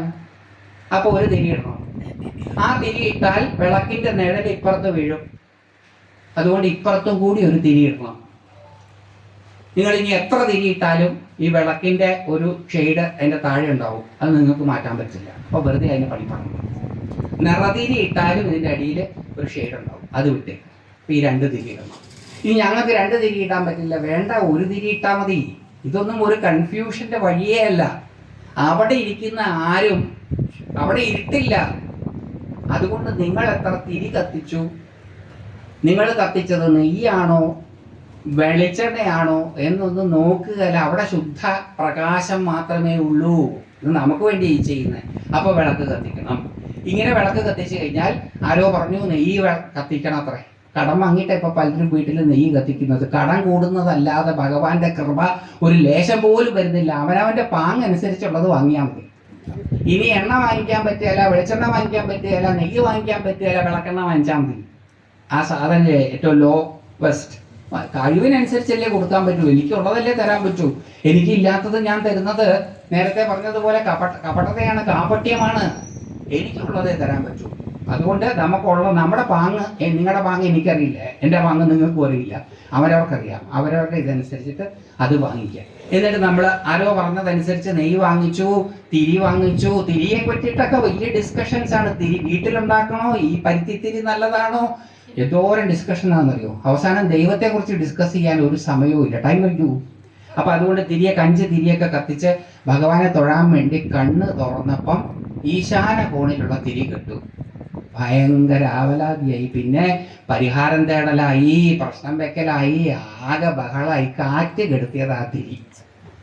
കാറ്റ് കെടുത്തിയ തിരി നമ്മുടെ ജീവിതത്തിൽ ഒരു കുഴപ്പം ഉണ്ടാവില്ല. പ്രശ്നം വെക്കാൻ ജ്യോത്സ്യം വിളക്ക് കൊളുത്തുന്ന സമയത്ത് തിരി കെടുമ്പം ജ്യോത്സ്യന് അതൊരു ലക്ഷണമാണ്. അത് ജ്യോതിഷത്തിന്റെ ഭാഗമാണ്. അത് അവർക്ക് കൃത്യമായ ഫലത്തിലേക്ക് എത്താൻ വേണ്ടിയിട്ട് അവരുടെ ശാസ്ത്രം നിശ്ചയിച്ചിട്ടുള്ള ലക്ഷണങ്ങളാണ് അത് പലതും. അത് നമ്മുടെ വീട്ടിൽ വിളക്ക് കൊളുത്തുമ്പോൾ ബാധകമൊന്നുമല്ല. അത് അവരുടെ ശാസ്ത്രം കൃത്യമായിട്ട് പ്രയോഗിക്കാൻ അവർക്ക് പറഞ്ഞു കൊടുത്തിട്ടുള്ള കുറെ സാധനങ്ങളാണ്. നമ്മുടെ വീട്ടിൽ തിരി കെട്ടാൽ എന്ത് ചെയ്യും? രണ്ടാമത് കത്തിക്കണം. അതും കെട്ടാൽ എന്ത് ചെയ്യും? അപ്പൊ എവിടുന്നോ കാറ്റ് കയറുന്നുണ്ട്, ആ ജനലങ്ങ് അടയ്ക്കണം, അല്ലെ ഫാൻ ഓഫ് ചെയ്യണം, തീർന്നു. ഇത്രയേ ഉള്ളൂ. അല്ലാതെ ഇതിനി പ്രായശ്ചിത്തം ചെയ്യാൻ നാട്ടിലുള്ള അമ്പലങ്ങളിലെല്ലാം പോയി ഉള്ള സ്വതേ സമാധാനം ഇല്ല. അതുകൊണ്ടാണല്ലോ ഈ നെയ്യ് വാങ്ങണോ, എണ്ണ വാങ്ങണോ, വെളിച്ചെണ്ണ വാങ്ങണോ, 1 തിരി വേണോ, 2 തിരി വേണോ, 4 തിരി വേണോ എന്നൊക്കെ ചർച്ച ഉണ്ടാവുന്നത്. സമാധാനമുള്ളവർക്ക് ഇത്ര ചർച്ചയൊന്നുമില്ല, ഒരു തിരിയും കിട്ടും. അപ്പൊ ഈ സമാധാനം തിരിയിലൂടെ ഉണ്ടാവുന്നെന്നുള്ള മട്ടിലാണ്. പണ്ട് ഒരു കൂട്ടര് നമ്പൂതിരി ഫലിതങ്ങളിലുള്ളതാ. ഒരു കൂട്ടര് ഈ കുരുത്തോല ഇങ്ങനെ ഇടുക. അപ്പോൾ ഒരു നമ്പൂരി അതിലേ പോയി, ഇതെന്താവോ ഇങ്ങനെ ഇടുന്നത്? അതെ, ഗാന്ധി വരുന്നുണ്ടെന്ന്. ഓ, ഇതിലൂടെയാ ഗാന്ധി വരിക എന്ന് ചോദിച്ച പോലെയാണ്. അപ്പം ഈ തിരിയിലൂടെയും വിളക്കിലൂടെയും ഒന്നുമല്ല ഗാന്ധി വരുന്നത്, അല്ല സോറി, ദേവിയോ ദേവനോ വരുന്നത്. അത് നമ്മുടെ സൗകര്യാർത്ഥം ഇടുന്നതാണ്. പിന്നെ അത് കെട്ടുപോയി കഴിഞ്ഞാൽ അതിനെ പറ്റിയിട്ടുള്ള ചിന്ത, ഇതൊന്നും സത്യത്തിൽ ആവശ്യമുള്ളതല്ല. അപ്പൊ ആ തിരി, എണ്ണ, ഇതിനെക്കുറിച്ചൊക്കെ ചിന്തിക്കുമ്പോൾ നമ്മൾ വൈശ്യരാണ്.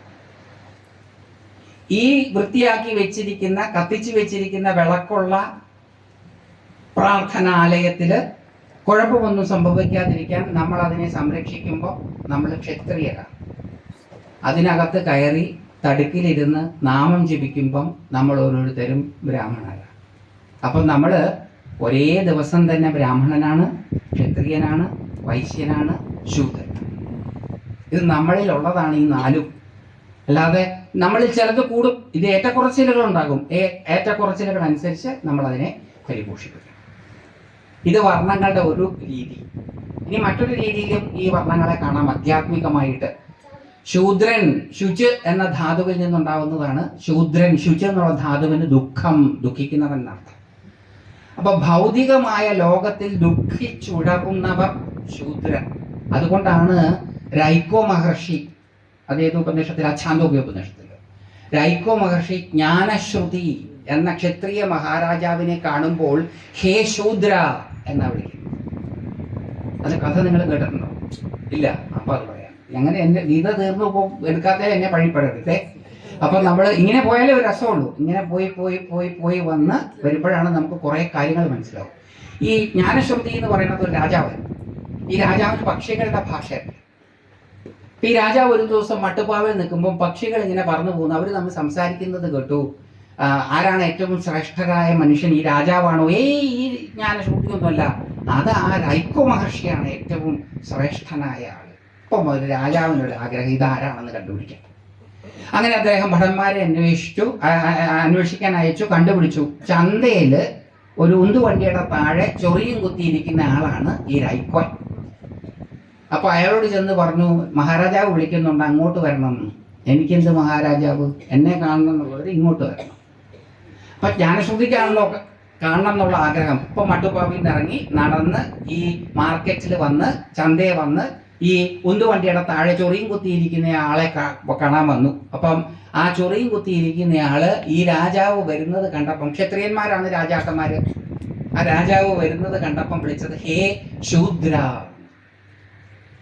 ക്ഷത്രിയ എന്നല്ല വിളിച്ചത്, ശൂദ്ര എന്നാണ് വിളിച്ചത്, ദുഃഖിക്കുന്നവൻ. ഈ ദുഃഖിക്കുന്നത് എപ്പോഴാ? 2 എന്ന ഭാവം ഉള്ളപ്പോഴേ ദുഃഖം ഉണ്ടാവുള്ളൂ. 2 എന്ന ഭാവം ഇല്ലെങ്കിൽ ദുഃഖമുണ്ടാവില്ല. 2 എന്നുള്ള ഭാവമാണ് ദുഃഖം.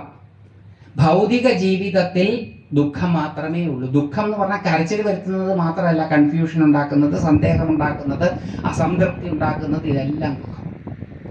ആ ദുഃഖിക്കുന്നവൻ ശൂദ്രൻ. അങ്ങനെ കുറച്ചു കാലം ദുഃഖിച്ച് മുന്നോട്ട് പോയി കഴിയുമ്പോൾ ഇതിനൊരു അറുതിയുണ്ടോ എന്ന് തോന്നും.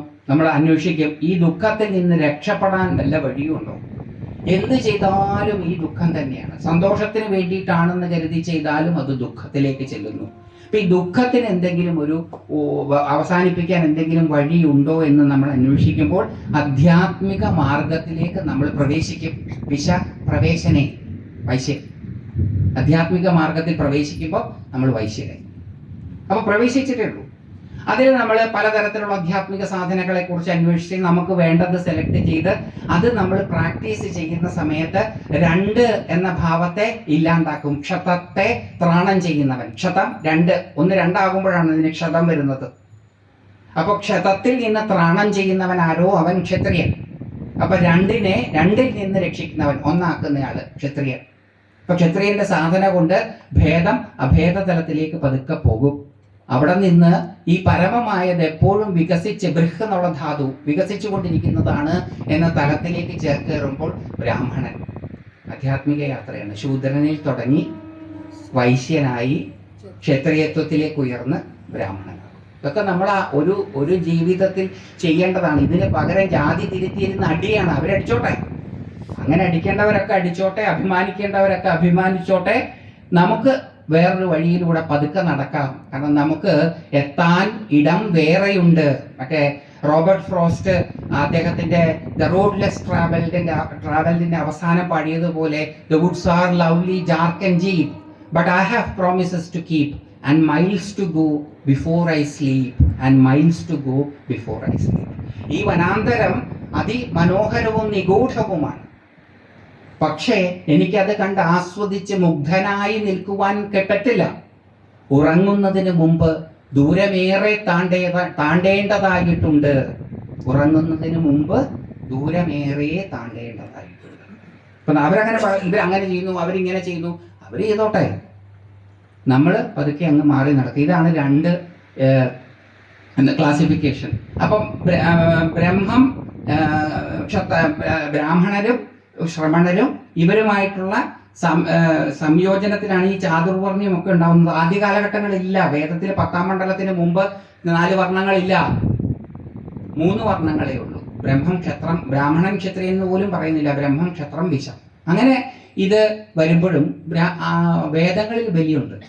ആ ബലി പക്ഷേ ഈ പറഞ്ഞ ബലിയുമായിട്ട് ബന്ധമില്ല. കാനിബലിസം എന്ന് നമ്മൾ പറഞ്ഞില്ലേ, അതായത് നരഭോജ സമ്പ്രദായം. അതുകൊണ്ടാണ് അവർ ബലി കൊടുക്കുന്നതെന്ന് നമ്മൾ പറഞ്ഞു. അതായത് നമ്മുടെ പിതൃക്കളിൽ ആരോ ആണ് ഈ ജന്തു, ഇതിനെ ഭക്ഷിക്കാതെ നമുക്ക് ജീവിക്കാൻ പറ്റില്ല, അവിടെ പച്ചക്കറി ഒന്നുമില്ല. അപ്പോൾ അതിനെ ബലി കൊടുത്തു, അതിന്റെ മാംസം പ്രസാദമായിട്ട് സ്വീകരിച്ചു. അത് ഈ ബലി ദേവതാപ്രീതിക്കായിക്കൊണ്ട് ചെയ്യുന്നതാണ്. ഈ ജന്തുവിൻ്റെ പ്രാണനെ ആ ദേവതയ്ക്ക് സമർപ്പിക്കുന്നതാണ് ബലി. അങ്ങനെ സമർപ്പിക്കുന്നത് ശരിയാണോ എന്ന് ചോദിച്ചാൽ അത് സമർപ്പിക്കുന്നയാളാണ് തീരുമാനിക്കുന്നത്, കണ്ടു നിൽക്കുന്നവരല്ല. ചെയ്യുന്നയാൾ ചെയ്യുന്നത് ശരിയാണോ എന്ന് തീരുമാനിക്കേണ്ടത് ചെയ്യുന്നയാളാ, കണ്ടു നിൽക്കുന്ന ഞാനും നിങ്ങളുമല്ല. അയാൾക്കത് ശരിയാണെന്ന് തോന്നിയാൽ, അത് ഇന്ത്യൻ ഭരണഘടനയനുസരിച്ച് നിയമപരമാണെങ്കിൽ അയാൾക്ക് ചെയ്യുവാനുള്ള അധികാരമുണ്ട്. അത് ഹിംസയല്ലേ എന്നുള്ളതാണ് അടുത്ത ചോദ്യം. അത് ഹിംസയല്ലേ എന്നുള്ളത് ചോദ്യത്തിന് ഉത്തരം കൊടുക്കണം എന്നുണ്ടെങ്കിൽ പച്ചക്കറി കഴിക്കുന്നതും ഹിംസയല്ലേ? ജീവനില്ലാത്ത ഒരു സാധനം, അങ്ങനെ ജീവനില്ലാത്ത സാധനത്തെ തിന്നുന്നതാണ് അഹിംസയെങ്കിൽ മണ്ണും കല്ലും ഒക്കെ വാരി തിന്നേണ്ടി വരും. ഈ പച്ചക്കറിക്കൊക്കെ ജീവനുണ്ട്.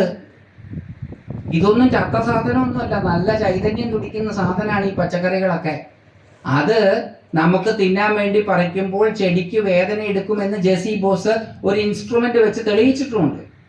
ഇതിനൊക്കെ സീക്രട്ട് ലൈഫ് ഓഫ് പ്ലാന്റ്സ് എന്ന് പറഞ്ഞിട്ടൊരു പുസ്തകമുണ്ട്. ഇവർക്കൊക്കെ വേദനയുണ്ട്, വിഷമമുണ്ട്.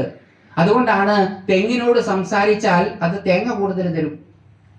തെങ്ങും തോപ്പില് പാട്ടൊക്കെ വെച്ച് കൊടുക്കും, തേങ്ങ കൂടുതൽ കിട്ടും എന്നാ വെച്ച് കൊടുക്കുന്നവർ പറഞ്ഞു കേട്ടിട്ടുള്ളത്. ഞാൻ ഇതുവരെ അത് ചെയ്തിട്ടില്ല, കാരണം കൃഷി എൻ്റെ പണിയല്ല. നോക്കും, ഇതിൽ കർഷകരുണ്ടെ ചെയ്തു നോക്കിയാൽ അറിയാം. അപ്പം അതുകൊണ്ട് ഇതൊക്കെ സെൻഷ്യൻസ് ഉള്ളതാണ്. ബുദ്ധമതപ്രകാരം പ്ലാന്റ്സിന് സെൻഷ്യൻസ് ഇല്ല. അതുകൊണ്ടാണ് അവര് പ്ലാന്റ്സിനെ, ഈ ചെടികളെ ആഹരിക്കുന്നത്. അല്ലെങ്കിൽ അവർ ബുദ്ധിമുട്ടി പോകൂലേ? എല്ലാം സെൻഷ്യൻ്റാന്ന് പറഞ്ഞു കഴിഞ്ഞാൽ മണ്ണും കല്ലുമായി ജീവിക്കാൻ പറ്റുമോ? അപ്പോൾ അവരെന്ത് ചെയ്തു? പ്ലാന്റുകളെ അങ്ങ് ഒഴിവാക്കി. അതാണ് എൻ്റെ വാദം. അപ്പോൾ അതുകൊണ്ട് അങ്ങനെ തന്നെയാണ് ചരിത്രം പറയണത്. എൻ്റെ വാദം മാത്രമല്ല, ചരിത്രമൊക്കെ അങ്ങനെ തന്നെയാണ് പറയണത്. അപ്പോൾ അതുകൊണ്ട് ബലി കൊടുക്കുന്നത് ശരിയോ തെറ്റോ അത് കൊടുക്കുന്നവർ തീരുമാനിക്കും. ഇന്ത്യൻ ഭരണഘടന പ്രകാരം ഇപ്പം ബലി കൊടുക്കാൻ പറ്റില്ല, ഇല്ലീഗലാണ്. അതുകൊണ്ട് ഇപ്പൊ കൊടുക്കുന്ന ബലി തെറ്റോ ശരിയോ എന്ന് പറയാൻ എനിക്ക് ഞാൻ ആളല്ല. കാരണം അങ്ങനെ ശരിയോ തെറ്റോ എന്ന് പറഞ്ഞാൽ അത് ഇപ്പൊ കോടതി കിടക്കുന്ന ഒരു ചോദ്യമാണ്. സുപ്രീം കോടതിയിൽ ഒരു കേസ് കൊടുത്തിട്ടുണ്ട് കുറച്ച് പേര്, ബലി കൊടുക്കുന്നത് റീഇൻസ്റ്റേറ്റ് ചെയ്യണം, കോടതി തീരുമാനിച്ചിട്ടുണ്ട്. അപ്പൊ അത് സബ്ജുഡീസ് ആവും നമ്മുടെ ഒരു അഭിപ്രായം പറഞ്ഞത്. അപ്പൊ ഇന്നത്തെ അഭിപ്രായമല്ല ഞാൻ പറയണം. ഞാൻ ഇതിനു മുമ്പുള്ള കാലഘട്ടത്തിൽ ഇവിടെ നിലവിലുണ്ടായിരുന്ന കാര്യമാണ് പറയുന്നത്. ഇപ്പം കേരളത്തിൽ ഈ ബലി കൊടുക്കുന്നത് നിയമപരമായിട്ട് തെറ്റാണ്. അതിന്റെ സാധുതയെ ചോദ്യം ചെയ്ത് സുപ്രീം കോടതിയിലെ കേസ് നിൽക്കുന്നു എന്നുള്ളത് കൊണ്ട് ഇപ്പൊ കൊടുക്കുന്ന ബലി ശരിയോ തെറ്റോ എന്ന് ഞാൻ പറയുന്നില്ല, എനിക്കറിയില്ല. പക്ഷെ ഭാരതത്തിൽ ഇതെല്ലാം ഉണ്ട്. ഭാരതത്തിൽ ബലി കൊടുക്കുന്നുണ്ട്. അങ്ങനെ ചിലർ പറയും പശ്വാലംബന മീമാംസ എന്നൊരു മീമാംസയുണ്ട്, എങ്ങനെ ബലി കൊടുക്കണം എന്നൊക്കെ പറയാവുന്ന മീമാംസാ ഗ്രന്ഥമാണ്. യാഗത്തിൽ എങ്ങനെ വേണം ബലി കൊടുക്കാൻ. അപ്പം ആലംബനം എന്നുള്ള വാക്കിന് ലഭ് എന്നാണ് ധാതു. ലംഭ് മാത്രമല്ല ധാതു. ലംഭ് എന്ന് പറഞ്ഞാൽ വധിക്കുക എന്നർത്ഥം. ലഭ് എന്നാണ് ധാതു. ആ ധാതുവിന്റെ അർത്ഥം തലോടുക എന്നാണ്. പിന്നെ പശുവിനെ കെട്ടിയിട്ടിട്ട് തലോടുകയല്ലേ. ലഭ് എന്നുള്ള ധാതുവിന് വധിക്കുക എന്നൊരർത്ഥവും കൂടിയുണ്ട്. ലഭ് എന്നുള്ള ധാതുവിന് തടവുക എന്നുള്ള അർത്ഥം മാത്രമല്ല ഉള്ളത്. അതുവരെ പറയാത്തതാണ്. അതിന് കൊല്ലുക എന്നുള്ള അർത്ഥമുണ്ട്. അത് ബലി കൊടുക്കുക തന്നെയാണ് ചെയ്യുന്നത്. ആദ്യ കാലഘട്ടങ്ങളിൽ വെട്ടിയാണ് കൊടുത്തിരുന്നത്, പിന്നെ നവദ്വാരങ്ങളും അടച്ചിട്ടാണ് കൊടുത്തിരുന്നത്. അതൊക്കെ ക്രൂരമല്ലേ എന്നുള്ള ചോദ്യമൊന്നും പ്രസക്തമായിട്ടുള്ളതല്ല. കാരണം അവിടെ ആ ജീവൻ ഊർധ്വഗതിയാണ് കിട്ടുന്നത്. ഈ ബലി കൊടുക്കപ്പെടുന്ന മൃഗത്തിന് ഊർധ്വഗതി കിട്ടുന്നു, അത് ഒരു ഉത്തമമായ ജന്മത്തിലേക്ക് പോകുന്നു എന്നാണ് പറയുന്നത്. അപ്പൊ ഇവിടുത്തെ ചില യുക്തിവാദികൾ ചോദിക്കുന്ന ഒരു ചോദ്യമുണ്ട്. അങ്ങനെയാണെങ്കിൽ ബലി കൊടുക്കപ്പെടുന്ന മൃഗത്തിന് മോക്ഷമാണ് കിട്ടുന്നതെങ്കിൽ നിങ്ങളുടെ അച്ഛനെയും അപ്പൂപ്പനെയും ഒക്കെ കൊടുത്താൽ പോരെ? അവർക്ക് മോക്ഷം കിട്ടില്ലേ? മതിയായിരുന്നു. പക്ഷെ അൺഫോർച്ചുനേറ്റ്ലി എൻ്റെ അച്ഛനും അപ്പൂപ്പനും ഒക്കെ ഫ്രണ്ടൽ കോർട്ടെക്സ് ഉള്ളത് കൊണ്ട് അവരുടെ ശരി തെറ്റുകൾ തീരുമാനിക്കാൻ പറ്റും. അവർക്ക് എൻ്റെ സഹായം വേണ്ട. ഈ മൃഗങ്ങൾക്ക് പാവം ഫ്രണ്ടൽ കോർട്ടെക്സ് ഭഗവതി കൊടുക്കാത്തത് കൊണ്ട് അവർക്ക് എൻ്റെ സഹായം കിട്ടിയാൽ കൊള്ളാം എന്നുണ്ടായിരിക്കാം. ഇല്ലാന്ന് നിങ്ങളോട് ഏതെങ്കിലും കോഴിയോ ആടോ എന്ന് പറഞ്ഞിട്ടുണ്ടോ? എന്നോട് പറഞ്ഞിട്ടില്ല. ഉണ്ടാകാം. അപ്പോൾ അവർ ബലി കൊടുക്കുന്നു. ഞാൻ ബലി കൊടുക്കാറില്ല. മാംസഭക്ഷണം എനിക്ക് ഇഷ്ടമല്ല. പക്ഷെ അത് കഴിക്കുന്നത് വേറൊരാളത് കഴിച്ചാൽ അത് തെറ്റാണ് എന്ന് പറയാൻ ഞാൻ ആളല്ല. മോക്ഷം റിസർവ്ഡ് ഫോർ വെജിറ്റേറിയൻസിനാണ് എന്ന് എവിടെയും പറഞ്ഞിട്ടില്ല. അത് ഓരോരുത്തരും അവരുടെ അഭിപ്രായം പറയുന്നതാണ്. അങ്ങനെ എവിടെയും പറഞ്ഞിട്ടില്ല. ശ്രീകൃഷ്ണൻ, അർജുനൻ ഇവരൊക്കെ നോൺ വെജിറ്റേറിയൻസ് ആണ്. പലലം രാമായണത്തിലെ വലിയ ചോദ്യമാണ്. ദേവി സീത മടങ്ങി വരുന്ന സമയത്ത് 1000 കുടം മദ്യവും നല്ല മാനിറച്ചിയും കൊടുക്കാം എന്നാണ് രാമായണത്തിൽ പറഞ്ഞിട്ടുള്ളത്. ഇനി അവിടെയൊക്കെ എത്തുമ്പോൾ നിങ്ങൾ സ്കിപ്പ് ചെയ്യുമോയെന്ന് എനിക്കറിയില്ല. വായിച്ചാൽ ഇതൊക്കെ അതിനകത്ത് കാണും. ഒരു ആഹാരം ഒരാളുടെ ഇഷ്ടമാണ്. അവർക്ക് ഇഷ്ടമുള്ളത് അവർ കഴിച്ചോട്ടെ. നമുക്ക് ഈ എല്ലാ കാര്യത്തിലും ഇടപെടുന്നതൊരു സ്വഭാവമായതുകൊണ്ട് എൻ്റെ രീതികൾ അനുസരിച്ചിട്ടല്ല നിങ്ങളുടെ രീതികൾ ഉണ്ടെങ്കിൽ രീതികൾ എന്ന് കണ്ടു കഴിഞ്ഞാൽ ഉടനെ ഞാൻ നിങ്ങളുടെ മുകളിൽ കയറി ചാടും. അതാണ് ഹിംസ. അഹിംസ എന്ന് പറഞ്ഞാൽ ആടിനെ വെട്ടല്ലാതിരിക്കലും കോഴിയെ വെട്ടാതിരിക്കലും മാത്രമൊന്നുമല്ല. അഹിംസ എന്ന് പറഞ്ഞാൽ മറ്റുള്ളവരുടെ അഭിപ്രായത്തിന്റെ മുകളിൽ സ്വന്തം അഭിപ്രായം സന്നിവേശിപ്പിക്കാതിരിക്കുക എന്നും കൂടിയുള്ളതാണ്. അതുകൊണ്ട് ഗാന്ധിജിയുടെ അഹിംസാവാദത്തെ ഞാൻ അംഗീകരിക്കുന്നില്ല. ഇതിൽ ഗാന്ധിവാദികളുണ്ടെങ്കിൽ എന്നോട് ക്ഷമിക്കണം, പറയാതിരിക്കാൻ പക്ഷേ എനിക്ക് പറ്റില്ല. കാരണം ചിലത് പറഞ്ഞു കഴിഞ്ഞാൽ ഉടനെ ഗാന്ധിവാദികൾക്ക് വിഷമം വരും. നിങ്ങളുടെ വിഷമത്തോട് ഞാൻ ആദ്യമേ അപ്പോളജൈസ് ചെയ്യുന്നു. പക്ഷെ ഗാന്ധിജിയുടെ അഹിംസാവാദം അഹിംസയാണ് എന്ന് ഞാൻ കരുതുന്നില്ല. അങ്ങനെ ഒന്നിനും കൊന്നിട്ടൊന്നും ഉണ്ടാവില്ല, ചെറിയ ചെറിയ ക്ഷുദ്ര ജന്തുക്കളെ അല്ലാതെ. പക്ഷെ അങ്ങനെ ചെയ്തതെല്ലാം ഹിംസയാണ്. ഇവിടെ ഒരു ഗ്ലാസ് വെള്ളം ഇരിക്കുന്നുണ്ട്. ഇത് എൻ്റെ ഗ്ലാസ് വെള്ളമാണെന്ന് പറഞ്ഞ് ഞാൻ എടുക്കാൻ പോകുമ്പം ഈ മുമ്പിലിരിക്കുന്ന അജിത്ത് എന്ന് പറയുകയാണ് ഇത് എൻ്റെയും കൂടിയാണ്. അപ്പം ഞങ്ങൾ തമ്മിൽ ഒരു കശപിശ ഉണ്ടാവും, ഒരു വാക്തർക്കം ഉണ്ടാവും. ഒന്നുകിൽ ഞാൻ ജയിക്കും, അല്ലെ അജിത്ത് ജയിക്കും. ഈ വെള്ളം ആരെങ്കിലും ഒരാൾ കുടിക്കും. അജിത്ത് ഈ വെള്ളം എടുക്കാൻ നേരത്ത് ഞാൻ എൻ്റെ നെഞ്ചത്ത് കടിക്കാൻ തുടങ്ങിയാലോ, ഞാൻ പട്ടിണി കിടന്നാലോ, നിരാഹാര സമരം, ഞാൻ അജിത്തിനെ ഒന്നും പറയുന്നില്ല, ചീത്തയും വിളിക്കുന്നില്ല, ഒന്നും ചെയ്യുന്നില്ല. അജിത്ത് വെള്ളം എടുക്കുകയാണോ, എടുത്തോ, എന്നാൽ ഞാനിനി ഒന്നും കഴിക്കില്ല. എന്താ ഗിരീഷ് വെള്ളം കുടിക്കാത്തത്? എൻ്റെ വെള്ളം അജിത്ത് എടുത്തത്, അത് തിരിച്ചു തരുന്നവരെ ഞാൻ ഇനി ഭൂക്കാഹർത്താലാണ്. അത് ഹിംസയല്ലേ? അത് ഹിംസയല്ലേ? ആ ആളെ എങ്ങനെയാ അഹിംസാവാദി എന്ന് വിളിക്കുക? വേറൊരാളുടെ അഭിപ്രായത്തെ മാനിക്കാതെ സ്വന്തം അഭിപ്രായം അയാളുടെ മുകളിലേക്ക് കെട്ടി ഏൽപ്പിക്കുന്ന ഒരാള് ഹിംസയാണ് ചെയ്യുന്നത്. എനിക്ക് നിങ്ങളോട് തർക്കിക്കാം, വാദിക്കാം, അത് ഹിംസയല്ല. ഹിംസയാകുന്നത് നിങ്ങളുടെ ചെയ്തികളെ അംഗീകരിക്കാതെ എൻ്റെ ചെയ്തിയെ നിങ്ങളിലേക്ക് സന്നിവേശിപ്പിക്കുമ്പോഴാണ്. അപ്പം ഞാൻ ഈ പട്ടിണിയൊക്കെ കിടക്കുന്നത് കാണുമ്പം ഹൃദയാർദ്രതയുള്ള അജിത്ത് പണ്ടാരടങ്ങട്ടെ, ഞാൻ ദാഹിച്ച് ചത്താലും വേണ്ടില്ല, ഇയാൾക്ക് വെള്ളം. അപ്പൊ അവിടെ കൃപാലു കാരുണ്യമുള്ളത് അജിത്താണോ ഞാനാണോ? ഇദ്ദേഹം എല്ലാം അങ്ങനെ ചെയ്തിരിക്കുന്നത്. മറ്റുള്ളവരുടെ അഭിപ്രായങ്ങൾക്കൊന്നും വില കൊടുക്കാതെ പട്ടിണി കിടക്കും. തരം കിട്ടിയ ഇങ്ങനെ പോയി പട്ടിണി കിടക്കും. മനുഷ്യരുടെ ഉള്ളിൽ ആർദ്രതയുടെ അംശമുള്ളത് കൊണ്ട് പണ്ടാരടങ്ങട്ടെ ചെയ്യാന്ന് പറഞ്ഞിട്ടാണ് ചെയ്യുന്നത്. അതുകൊണ്ട് അദ്ദേഹത്തിന്റെ അഹിംസാവാദം അല്ല എന്നാണ് ഞാൻ പറയുന്നത്. കൊല്ലല് മാത്രമൊന്നുമല്ല ഹിംസ. അങ്ങനെയാണെങ്കിൽ വേറൊരാളുടെ അഭിപ്രായത്തെ ഹനിക്കുന്നതും ഹിംസ തന്നെയാണ്. അപ്പൊ ഞാനാണ് ഏറ്റവും വലിയ അഹിംസാവാദി. നിങ്ങളുടെ ശരികളിൽ നിന്നുകൊണ്ട് ജീവിക്കുവാനുള്ള സ്വാതന്ത്ര്യം നിങ്ങൾക്കുണ്ട്. നിങ്ങളുടെ ഭഗവതിക്ക് ബലി കൊടുത്താലേ ഭഗവതി പ്രീതിപ്പെടുകയുള്ളൂ എങ്കിൽ, അത് ഭരണഘടനാപരമായിട്ട് ശരിയാണ് എങ്കിൽ, അത് നിങ്ങൾ ചെയ്യുന്നതിൽ യാതൊരു തെറ്റുമുണ്ടെന്ന് പറയാൻ പറ്റില്ല. കാരണം അത് ഈ സംസ്കൃതിയിൽ എഴുതി വെച്ചിട്ടുള്ളതാണ്.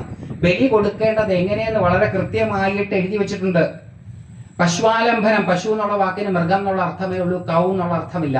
പശുവാലംബനം എങ്ങനെ നടത്തണം എന്ന് പശുവാലംബന മീമാംസയിൽ കൃത്യമായി പറഞ്ഞിട്ടുണ്ട്.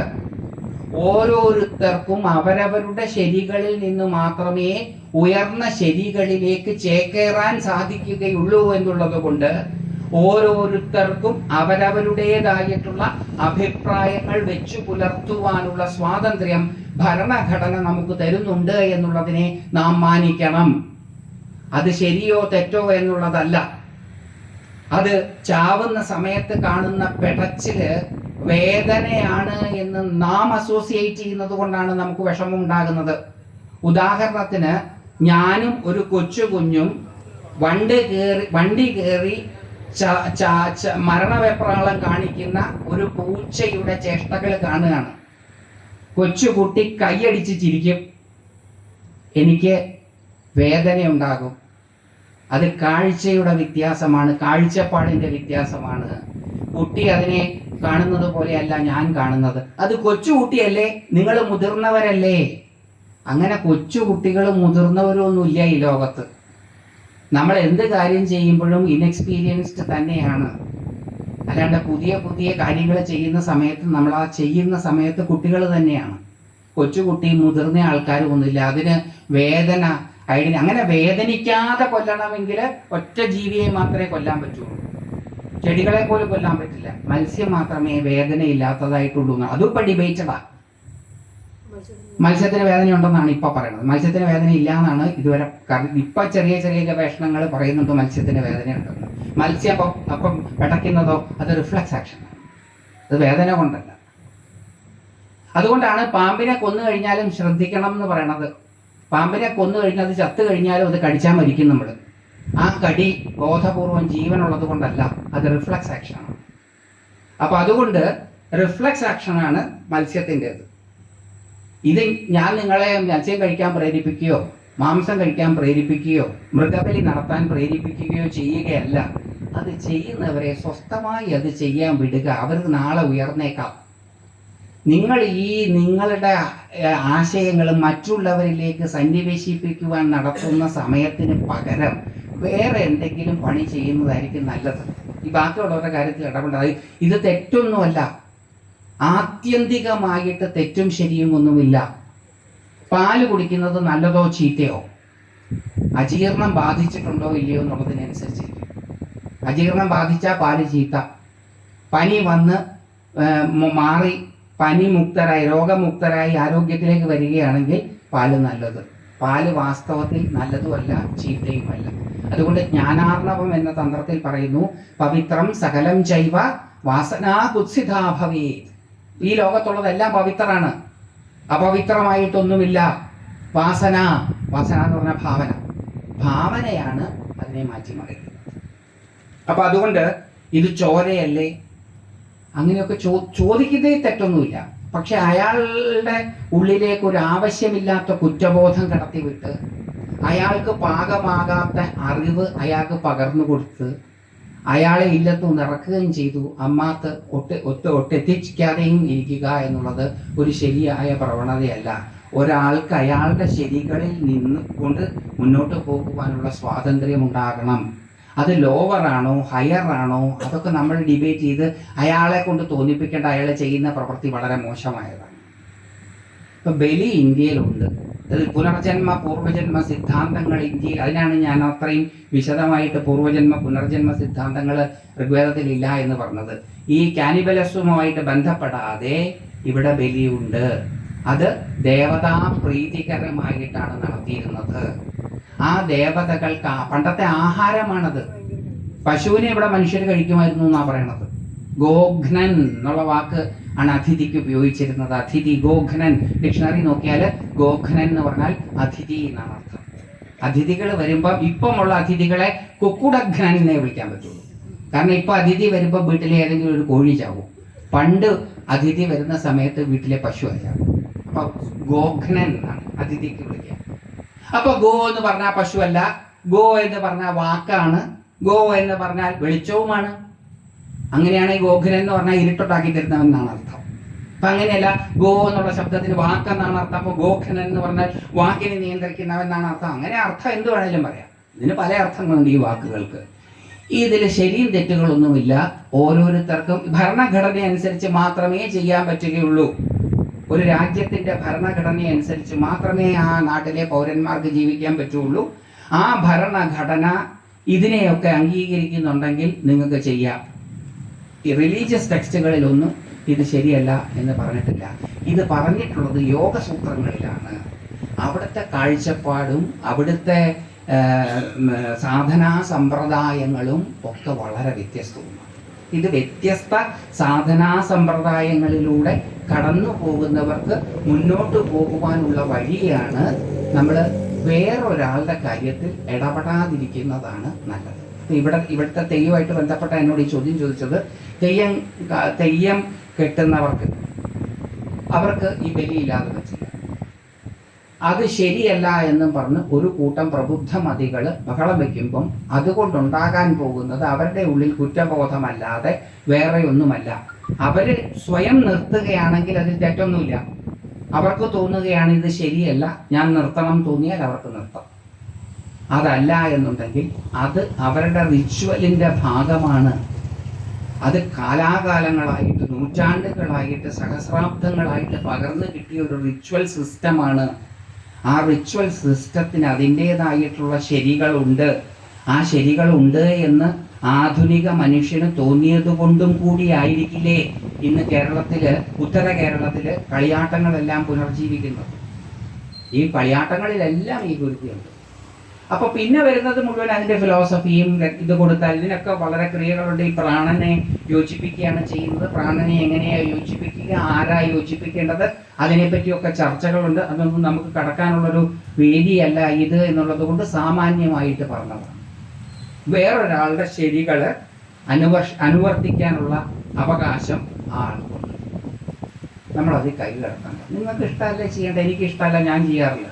ഞാൻ ഈ ബലി നടക്കുന്ന സ്ഥലത്ത് പോകാറ് പോലും ഇല്ല. കാമാഖ്യയിൽ ഇതുവരെ പോകാൻ മടി കാണിച്ചു. ഇപ്പോഴും പോകാൻ എനിക്കൊരു മടിയാണ്. പോകാൻ മടി കാണിക്കുന്നത് അവിടെ നടക്കുന്ന ബലി കാണാതെ അമ്പലത്തിനകത്തേക്ക് പോകാൻ പറ്റില്ല എന്നാണ് പോയിട്ടുള്ള പലരും എന്നോട് പറഞ്ഞിട്ടുള്ളത്. അതുകൊണ്ടാണ് ഞാൻ പോകാറ്. എനിക്ക് ഇഷ്ടമല്ല, പക്ഷെ അത് എൻ്റെ ഇഷ്ടമാണ്. ഇഷ്ടമുള്ളവർക്ക് പോകാൻ. കാമാഖ്യ ആരും പോകരുതെന്ന് ഞാൻ പറയാറില്ല. നമ്മൾ ഓരോരുത്തരുടെ ഇഷ്ടമാണ്. എൻ്റെ ദേവതകൾ വെജിറ്റേറിയനാണ്. വെജിറ്റേറിയൻസിന് റിസർവ്ഡ് അല്ല, അങ്ങനെ ധരിക്കരുത്. അങ്ങനൊരു ധാരണയുണ്ട് നമുക്ക്. സ്പിരിച്വൽ ആയാൽ പ്യുവർ വെജിറ്റേറിയൻ ആയിരിക്കണം. പ്യുവർ വെജിറ്റേറിയൻസിന് റിസർവ്ഡ് ആണ്. സ്പിരിച്വൽ മോക്ഷം അല്ല, ലിബറേഷൻ അങ്ങനെ റിസർവ്ഡ് അല്ല. ആഹാരം എന്ത് നിങ്ങളുടെ തൊണ്ടയ്ക്ക് താഴോട്ടിറങ്ങിയാലും നിങ്ങളുടെ വയറ്റിൻ്റെ മെക്കാനിസം കാർബോഹൈഡ്രേറ്റ് മെറ്റബോളിസം, അതിനെ കാർബോഹൈഡ്രേറ്റ് ആയിട്ട് സ്പ്ലിറ്റ് ചെയ്യും. ആ കാർബോഹൈഡ്രേറ്റ് ആണ് പിന്നീട് പലതുമായിട്ട് തിരിഞ്ഞു പോകുന്നത്. അപ്പോൾ അതുകൊണ്ട് തൊണ്ടയ്ക്ക് മുകളിൽ വരെയുള്ളൂ ഈ സാധനത്തിൻ്റെ പ്രത്യേകത. തൊണ്ടയ്ക്ക് താഴോട്ട് ഇതെല്ലാം കാർബോഹൈഡ്രേറ്റും വിറ്റമിൻസും പ്രോട്ടീൻസും ഒക്കെയാണ്. അതാണ് എൻ്റെ വാദം. ഇത് മുഴുവൻ നിങ്ങൾക്ക് തള്ളിക്കളയാം, അതെൻ്റെ നിങ്ങളുടെ ഇഷ്ടം. ഞാനിത് പറഞ്ഞത് ശരിയല്ല എന്ന് എന്നെ സമർത്ഥിക്കാൻ എൻ്റെ സമയം ഞാൻ ഇവിടുന്ന് താഴെ ഇറങ്ങുമ്പോൾ കളയരുതേ എന്നൊരു അഭ്യർത്ഥന എനിക്ക് നിങ്ങളോടുണ്ട്. 40-45 വർഷമായിട്ട് ഞാൻ ഉറച്ച് നിൽക്കുന്ന ഒരു സംഗതിയാണിത്. അതിന് വിവിധ ഗ്രന്ഥങ്ങൾ, ഒരുപാട് ഗ്രന്ഥങ്ങൾ, ഒരുപാട് പ്രമാണങ്ങൾ, ഇതൊക്കെ ഞാൻ വായിച്ച് നോക്കിയിട്ട് തന്നെയാണ് എൻ്റെ സ്റ്റാൻഡിൽ നിൽക്കുന്നത്. പക്ഷെ അത് നിങ്ങൾ സ്വീകരിച്ചു കൊള്ളണമെന്നില്ല, അത് നിങ്ങളുടെ ഇഷ്ടം. പക്ഷെ എന്നെ മതം മാറ്റാൻ ശ്രമിക്കരുതേ. കാരണം സമയം വെറുതെ പോകും. എനിക്ക് കുറച്ച് ഇറങ്ങുമ്പോൾ തന്നെ അസ്വസ്ഥനായിരിക്കും സംസാരിച്ചതിൻ്റെ. ഇതും കൂടെ കേട്ടാൽ വെറുതെ അസ്വസ്ഥനാക്കി ഞാൻ ദേഷ്യപ്പെടും. എനിക്ക് കരച്ചിൽ വന്നാൽ കരയും, എനിക്ക് ചിരി വന്നാൽ ചിരിക്കും. ഞാനൊരു സാധാരണ മനുഷ്യനാണ്. അപ്പം ഞാൻ ദേഷ്യപ്പെട്ട് കഴിഞ്ഞാൽ നാളെ ഇയാൾ എന്തൊരു അധ്യാത്മികനാണ് എന്ന് പറഞ്ഞ് ബുദ്ധിമുട്ടുണ്ടാക്കാതിരിക്കാൻ എന്നോട് അങ്ങനത്തെ ആ കാര്യങ്ങൾ പ്രസക്തമല്ല. നിങ്ങൾക്ക് നിങ്ങളുടെ ശരികളിൽ വിഹരിക്കുവാനുള്ള സ്വാതന്ത്ര്യമുണ്ട്. കഴിക്കണ്ട. അത് പറഞ്ഞപ്പോൾ നമ്മുടെ മെഡിറ്റേഷൻ്റെ കാര്യത്തിലേക്കും കൂടെ ഞാനൊന്ന് വരാം. മെഡിറ്റേഷൻ ചെയ്യുമ്പം എന്താ നിയമങ്ങൾ? ഒരു നിയമവുമില്ല. മെഡിറ്റേഷൻ ചെയ്യുക എന്നുള്ളതാണ് പ്രധാനം. വേറെ ഒരു നിയമവും അതിനില്ല. കുളിച്ചിട്ട് വേണോ ഇരിക്കാൻ? കുളിച്ചിട്ടിരിക്കുന്നതാണ് മെഡിറ്റേറ്റ് ചെയ്യാൻ സൗകര്യമെങ്കിൽ കുളിച്ചിട്ടിരിക്കണം. കുളിക്കാതെ ചെയ്താൽ കുഴപ്പമുണ്ടോ? ചെയ്തു നോക്കുക. കുളിക്കാതെ ചെയ്യുമ്പോൾ, ചിലർക്ക് കുളിക്കാതെ ചെയ്യുമ്പോഴാണ് കുളിച്ചിട്ട് ചെയ്യുന്നതിനേക്കാൾ കൂടുതൽ ഗുണം. അതുകൊണ്ടാണ് ഈ യോഗികളൊക്കെ വല്ലപ്പോഴേ കുളിക്കുള്ളൂ, ദിവസവും കുളിക്കില്ല.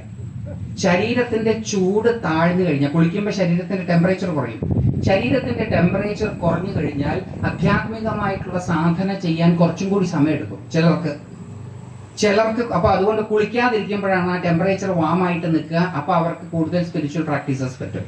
ചിലർക്ക് കുളിച്ച് കഴിഞ്ഞാലാ പറ്റുക. എനിക്ക് കുളിച്ച് കഴിഞ്ഞാലാ പറ്റുക. എനിക്ക് കുളിക്കാതെ ചെയ്യുന്ന ഇഷ്ടമാണ്. കാരണം എനിക്ക് പറ്റില്ല. വേറൊരാൾ കുളിക്കാതെ ചെയ്യുന്നതാണ് ഇഷ്ടമെങ്കിൽ അയാൾക്ക് ചെയ്യാം. അപ്പം കുളിക്കണോ വേണ്ടയോ എന്നുള്ളത് നമ്മൾ ഡിസ്കസ് ചെയ്തു.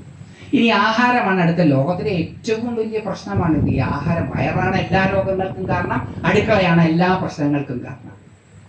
കറക്റ്റാണ്. അപ്പോൾ ആഹാരം എന്താ കഴിക്കുക? ഇഷ്ടമുള്ള ആഹാരം കഴിക്കുക. എന്തും. മെഡിറ്റേഷൻ ചെയ്യുന്ന സമയത്ത് നമ്മൾ കഴിക്കുന്ന ആഹാരം മെഡിറ്റേഷനെ സഹായിക്കുമെങ്കിൽ അത് തുടരാം. കുറച്ച് ദിവസം മെഡിറ്റേറ്റ് ചെയ്ത് കഴിയുമ്പം ചില ആഹാരങ്ങൾ നമുക്ക് പിടിക്കാതാകുമ്പം നമ്മളതിനെ താനെ ഒഴിവാക്കിക്കോളും. അതിന് പരിശ്രമിക്കേണ്ട. മെഡിറ്റേഷനാണ് പ്രധാനമെങ്കിൽ, ആഹാരമാണ് പ്രധാനമെങ്കിൽ മെഡിറ്റേഷൻ ഒഴിവാക്കപ്പെടും. അത് നമുക്ക് എന്താ പ്രധാനം എന്നുള്ളതിനെ അടിസ്ഥാനപ്പെടുത്തിയിരിക്കും. ഇഷ്ടമുള്ള ആഹാരം എങ്ങനെ കഴിക്കണം? മിതമായി കഴിക്കണം. അതാരും കേൾക്കില്ല. ഞാൻ ഈ മത്സ്യമാംസാദികൾ കഴിച്ചാൽ കുഴപ്പമില്ല എന്ന് പറയുന്നത് മാത്രമേ എല്ലാവരും കേൾക്കാറുള്ളൂ. അതിൻ്റെ കൂടെ ഞാൻ ഇതും പറയാറുണ്ട്, മിതമായി കഴിക്കണം. അതെങ്ങനെയാണ് ഈ മിതമായി കഴിക്കുക? അരവയറേ കഴിക്കാൻ പാടുള്ളൂ. ഒരു പകുതി കഴിച്ചു കഴിഞ്ഞാൽ ഒരു പകുതി ബാക്കി പകുതിയുടെ ഒരു പകുതി, അതായത് 1/4 ഭാഗം വെള്ളം കുടിക്കണം. ബാക്കി 1/4 ഭാഗം വായു സഞ്ചാരത്തിനായിട്ട് സ്വതന്ത്രമായിട്ട് വിടണം. ഇതാണ് കഴിക്കേണ്ട രീതികൾ. യോഗികളുടെ ഭക്ഷണ രീതിയാണിത്. എത്ര നേരം കഴിക്കണം? ഒറ്റ നേരം കഴിക്കാൻ പാടുള്ളൂ.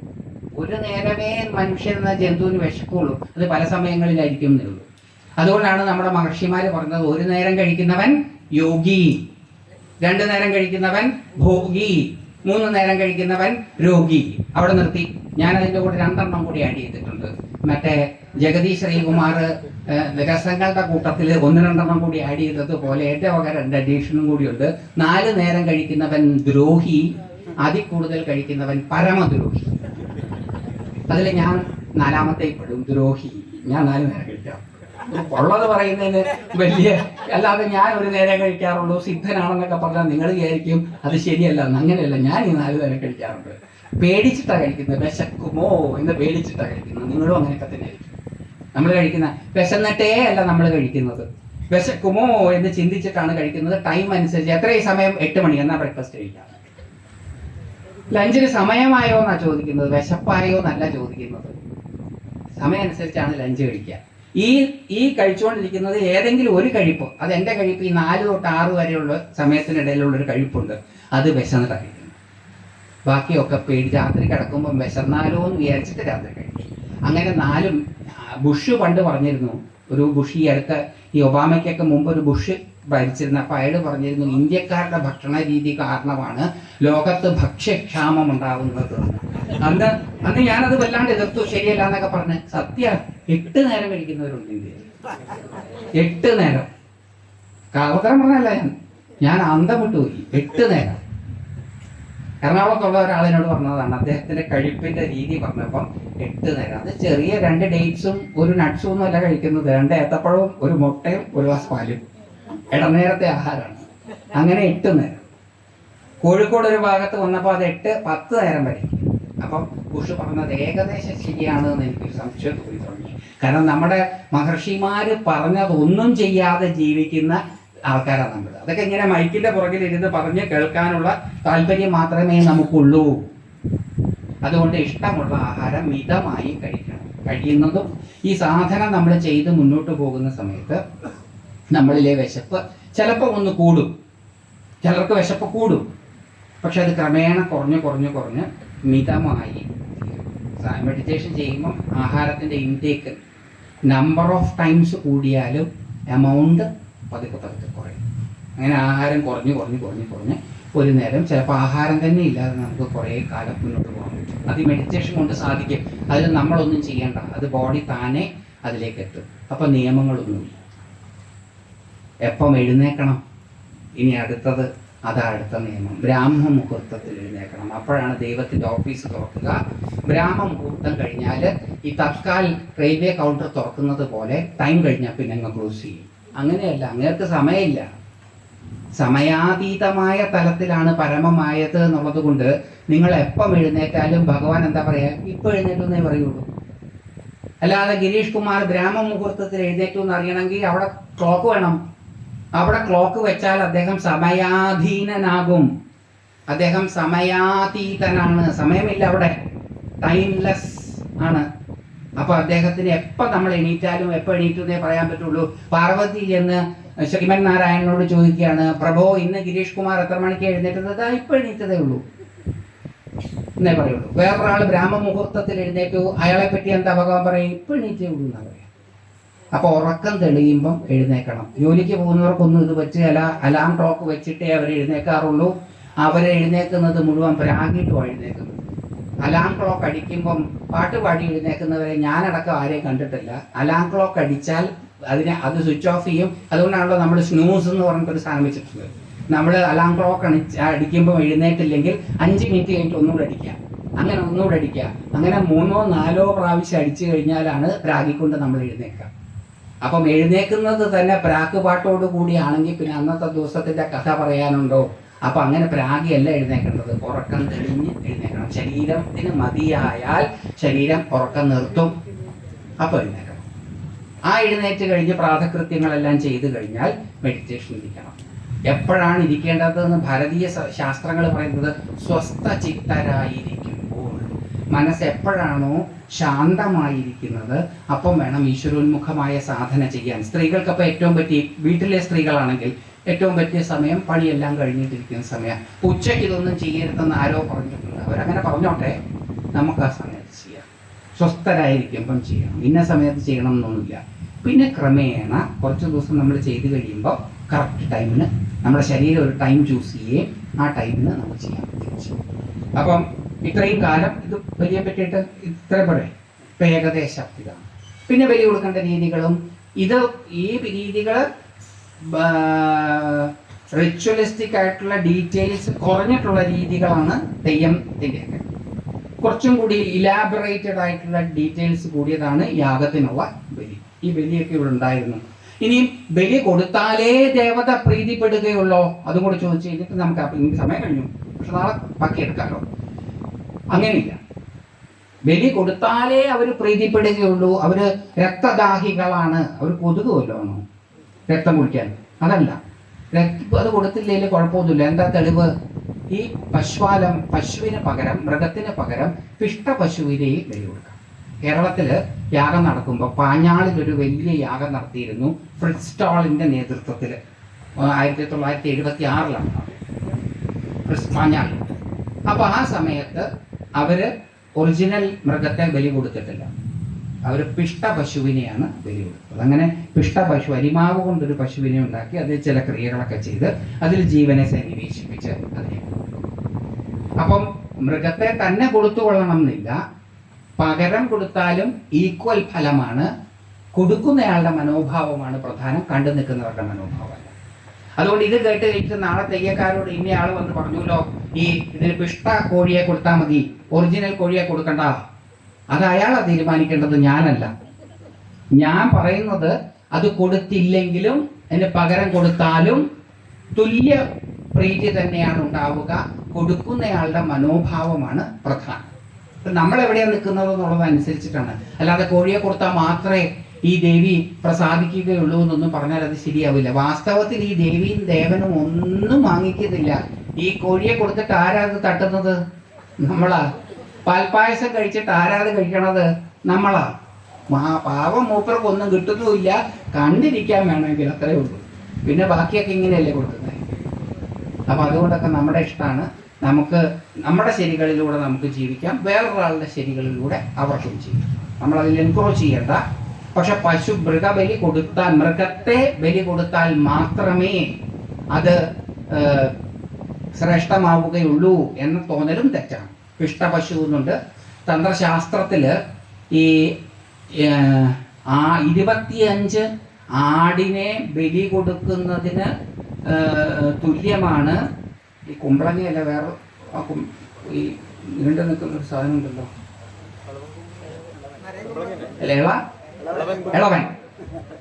ഇളവൻ വെട്ടിയാൽ ഇളവൻ ബലി കൊടുക്കുന്ന ഒരു പരിപാടിയുണ്ട്. പശുവാണെന്ന് സങ്കല്പിച്ചിട്ട് അതിനെ വിട്ടു ഒരിളവൻ ബലി കൊടുത്താൽ 25 ആടിനെ കൊടുക്കുന്ന ഫലം. ഇതിനൊക്കെ പ്രമാണമുണ്ട്, സംസ്കൃത ശ്ലോകങ്ങളുണ്ട്, തന്ത്രശാസ്ത്രമൊക്കെ ഉണ്ട്. പക്ഷെ ഇതാര് തീരുമാനിക്കും? ചെയ്യുന്നയാൾ. അവരുടെ മനോഭാവവും മനോനിലയും അനുസരിച്ചുള്ള കാര്യമാണ് അവർ ചെയ്യുന്നത്. അതുകൊണ്ട് ആത്യന്തികമായിട്ട് ശരിതെറ്റുകളൊന്നുമില്ല, വ്യക്തിഗതമായിട്ടുള്ള ശരിതെറ്റുകളേ ഉള്ളൂ. സമൂഹം ഒന്നടങ്കം തീരുമാനിച്ചാൽ പിന്നെ അത് ചെയ്യാൻ പറ്റില്ല. അതാണ് കോൺസ്റ്റിറ്റ്യൂഷണൽ നിയമം. അത് ബാധകമാണ്. ഇപ്പൊ കോൺസ്റ്റിറ്റ്യൂഷണൽ നിയമം അനുസരിച്ചിട്ട് ബലി കൊടുക്കാൻ പറ്റില്ല.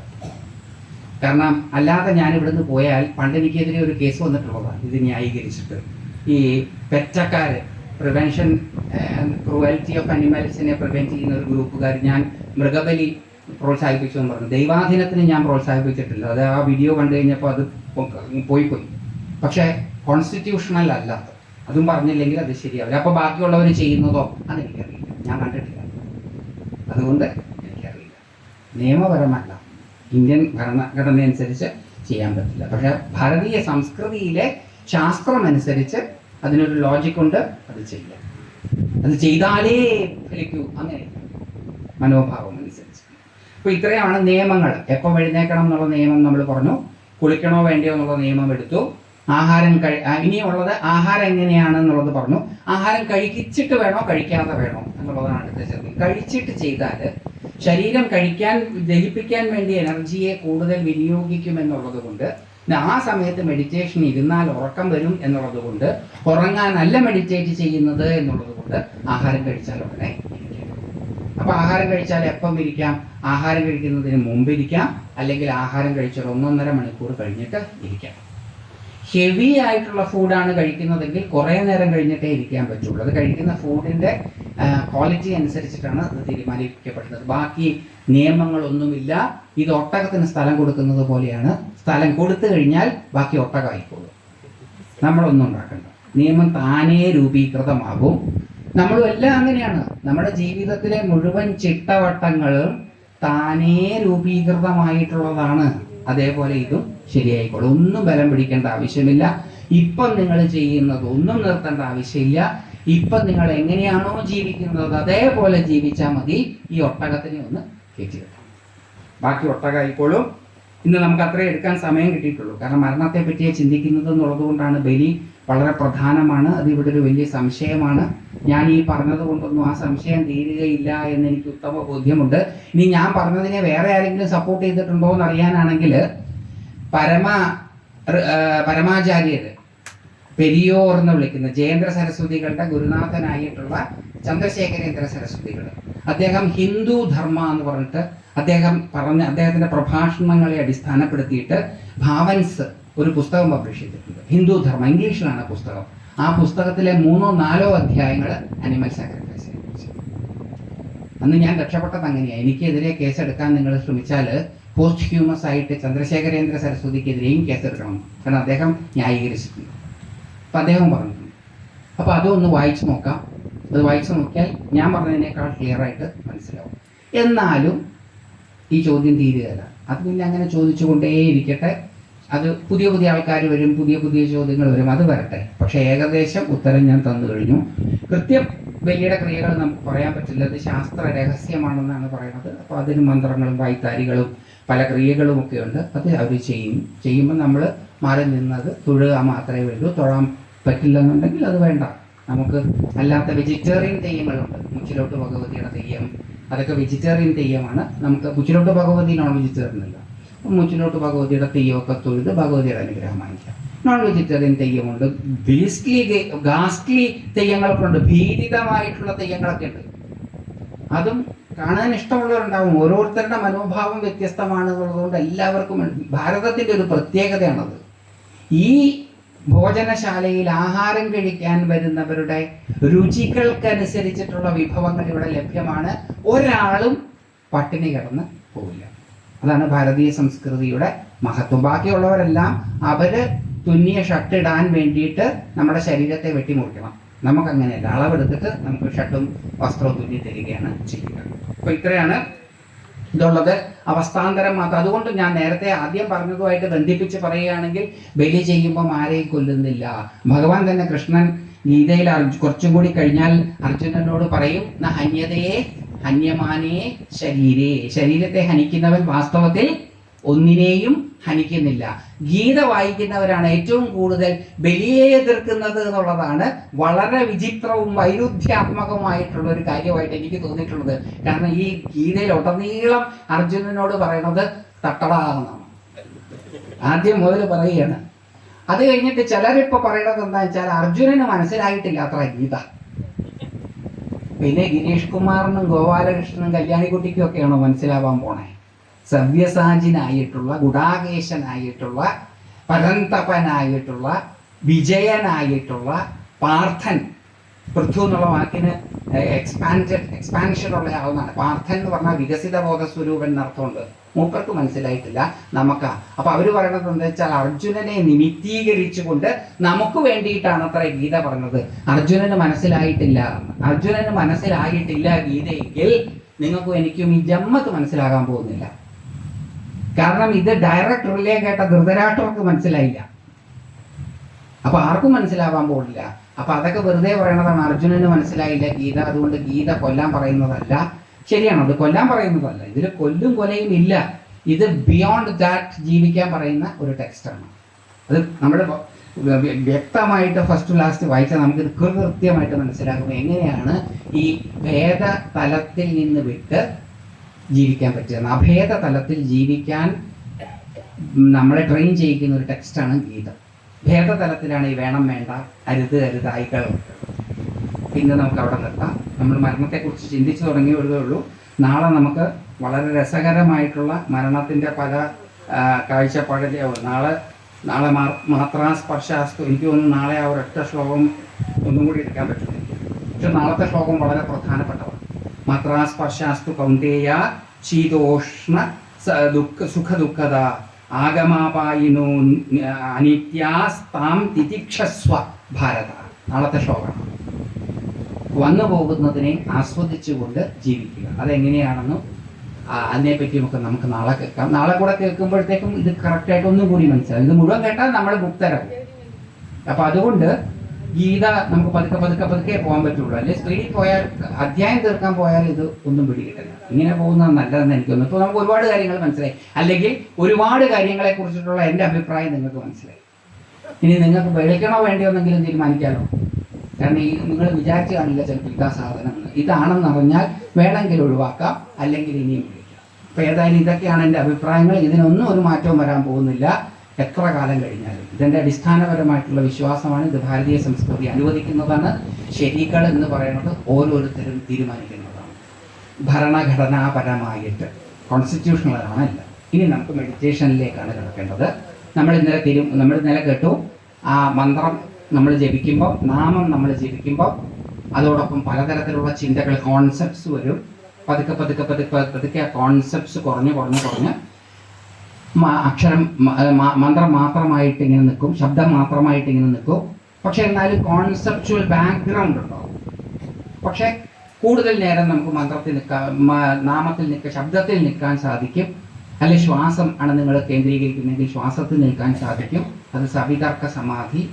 കോൺസെപ്റ്റ്സ് എല്ലാം ഇല്ലാണ്ടായി കഴിഞ്ഞാൽ, ആ ശബ്ദം ഉണർത്തുന്ന വികാര വിക്ഷേപങ്ങളെല്ലാം ഇല്ലാതെയായി കഴിഞ്ഞാൽ, അർത്ഥ വിക്ഷേപങ്ങളെല്ലാം ഇല്ലാതായി കഴിഞ്ഞാൽ ശബ്ദം മാത്രമായിട്ട് നിൽക്കുമ്പം അവിതർക്ക സമാധി. ആ ശബ്ദം എന്ന് പറയുന്നത് ഊർജം കേന്ദ്രീകരിച്ചതാണ്. കാരണം എല്ലാ ശബ്ദത്തിനും വേവ് ലെങ്ത് ഉണ്ട്. അപ്പം അതൊരു എനർജി ഫോമാണ്, അത് ഊർജമാണ് എന്ന് മനസ്സിലാക്കുമ്പം സവിചാര സമാധി. പിന്നെ ആ ഊർജമാണ് എല്ലായിടത്തും ഉള്ളത്, ലോക്കലൈസ്ഡ് അല്ല, അതെല്ലായിടത്തും വ്യാപിച്ച് കിടക്കുന്നതാണ് എന്ന് തിരിച്ചറിയുമ്പോൾ നിർവിചാര സമാധി. അവിടെ എത്തുമ്പോഴത്തേക്കും നമ്മളുടെ ഒബ്ജക്റ്റീവ് ലോകം, വിഷയ ലോകം അവസാനിക്കുക. അപ്പം അടുത്ത ചോദ്യം നമുക്ക് വരിക, ആരാണ് ഈ അനുഭവിക്കുന്നത് എന്നുള്ളതാണ്. എല്ലാ അനുഭവങ്ങളും ഊർജത്തിൻ്റെ വകഭേദങ്ങളാണ് എന്ന നിർവിചാര സമാധിയുടെ തലത്തിലെത്തിയാൽ പിന്നുള്ള ചോദ്യം ആരാണ് ഇത് അനുഭവിക്കുന്നത് എന്നുള്ളതാണ്. അപ്പോൾ ഒബ്ജക്റ്റീവ് തലത്തിൽ നിന്ന്, വിഷയത്തിൻ്റെ തലത്തിൽ നിന്ന് വിഷയിയുടെ സബ്ജക്റ്റിൻ്റെ തലത്തിലേക്ക് നമ്മൾ മാറും. സബ്ജക്റ്റിൻ്റെ തലത്തിലേക്ക് മാറുമ്പം ഉണ്ടാകുന്ന ആദ്യത്തെ അനുഭവം ആനന്ദത്തിൻ്റെതാണ്. മനസ്സ് ശാന്തമായി തുടങ്ങുമ്പോൾ തന്നെ ഈ ആനന്ദം സ്ഫുരിക്കാൻ തുടങ്ങും. പക്ഷേ സവിചാര നിർവിചാര സമാധികളിലൂടെ കടന്നു പോയി കഴിഞ്ഞാൽ സബ്ജക്റ്റീവ് കോൺഷ്യസ്നെസ്സിലേക്ക് നമ്മൾ തിരിയുമ്പം നമുക്കുണ്ടാകുന്നത് ആനന്ദമാണ്. ആ ആനന്ദം അനുഭവിക്കുന്നത് ആനന്ദ സമാധി. അപ്പോൾ ഒബ്ജക്റ്റീവായിട്ടുള്ള തലത്തിൽ നിന്ന് സബ്ജക്റ്റീവായിട്ടുള്ള തലത്തിലേക്ക് വന്നു. അപ്പോൾ അത് മനസ്സിൻ്റെയും അഹങ്കാരത്തിൻ്റെയും തലം.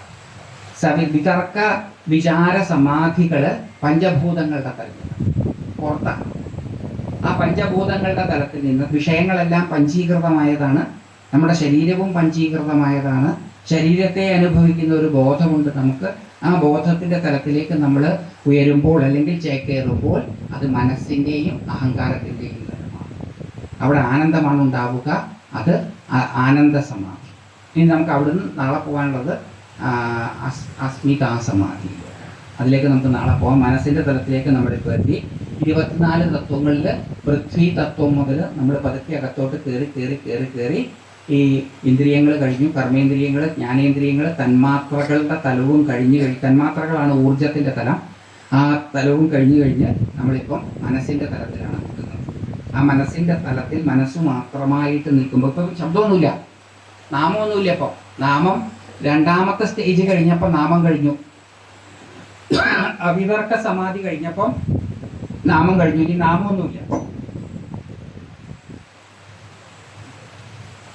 ഊർജത്തിൻ്റെ തലങ്ങൾ മാത്രമേ ഉള്ളൂ.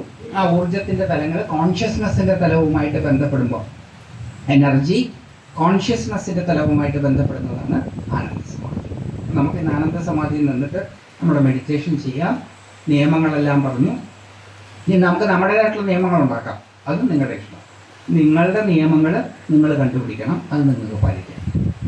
ഇതിന് പ്രത്യേകിച്ച് നിയമങ്ങളൊന്നുമില്ല. നിസർഗദത്ത് മഹാരാജ് എന്ന് പറയുന്ന ഒരു വലിയ സിദ്ധനുണ്ടായിരുന്നു, മുക്തപുരുഷനുണ്ടായിരുന്നു, ബോംബെയുടെ ചേരി പ്രദേശത്ത്. അദ്ദേഹം ചേരി പ്രദേശത്താണ് ജീവിച്ചിരുന്നത്, നിസർഗദത്ത് മഹാരാജ്. അദ്ദേഹത്തിനോട് ഒരിക്കൽ ആലോചിച്ചെന്ന് ചോദിച്ചു, ആധ്യാത്മിക സാധനയിൽ നിയമങ്ങൾ എന്തെങ്കിലും ഉണ്ടോ എന്ന് ചോദിച്ചപ്പോൾ അദ്ദേഹം പറഞ്ഞത് ഒറ്റ നിയമമേ ഉള്ളൂ, ഡോണ്ട് ഹേർട്ട്. ഇത്രേ പറഞ്ഞിട്ടുള്ളൂ. ഉപദ്രവിക്കരുത്. ആരെ, എന്തിനെ, എപ്പോൾ, അതൊക്കെ നമുക്ക് തരും. അപ്പോൾ വേറെ നിയമങ്ങളൊന്നുമില്ല, അത് നിയമം സ്വയം രൂപീകരിക്കപ്പെട്ടുള്ളൂ. നമുക്കിനി മെഡിറ്റേഷനിലേക്ക് കടക്കാം. ശരീരത്തെ സ്വസ്ഥമായിട്ട് ഇരുത്തുക. ശരീരമാംസപേശികളെല്ലാം റിലാക്സ്ഡ് ആണോ എന്ന് നോക്കുക. അല്ലെങ്കിൽ റിലാക്സ്ഡ് ആക്കാൻ നോക്കുക. റിലാക്സ്ഡ് ആവുന്നില്ലെങ്കിൽ അതിനെ വെറുതെ വിടുക.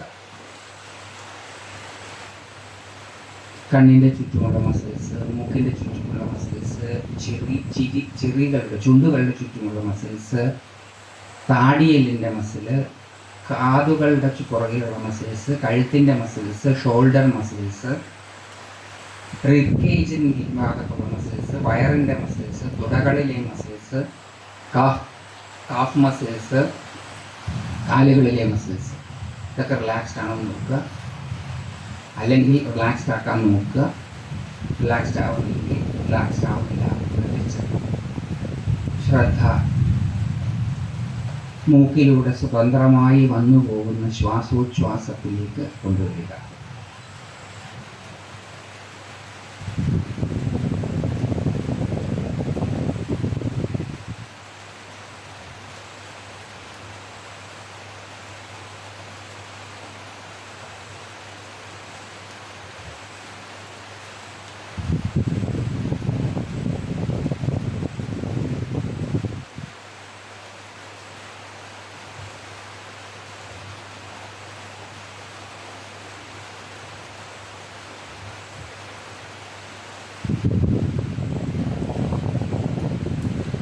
ശ്വാസോച്ഛ്വാസത്തിൽ നിന്ന് നാം തിരഞ്ഞെടുത്തിട്ടുള്ള നാമത്തിലേക്ക് കൊണ്ടുവരിക. നാമത്തിലേക്ക് നമ്മളുടെ ശ്രദ്ധ കൊണ്ടുവരുന്ന നിമിഷത്തിൽ തന്നെ മനസ്സ് അത് ജപിക്കുന്നതായിട്ട് നമുക്ക് കാണാൻ സാധിക്കും, അറിയാൻ സാധിക്കും.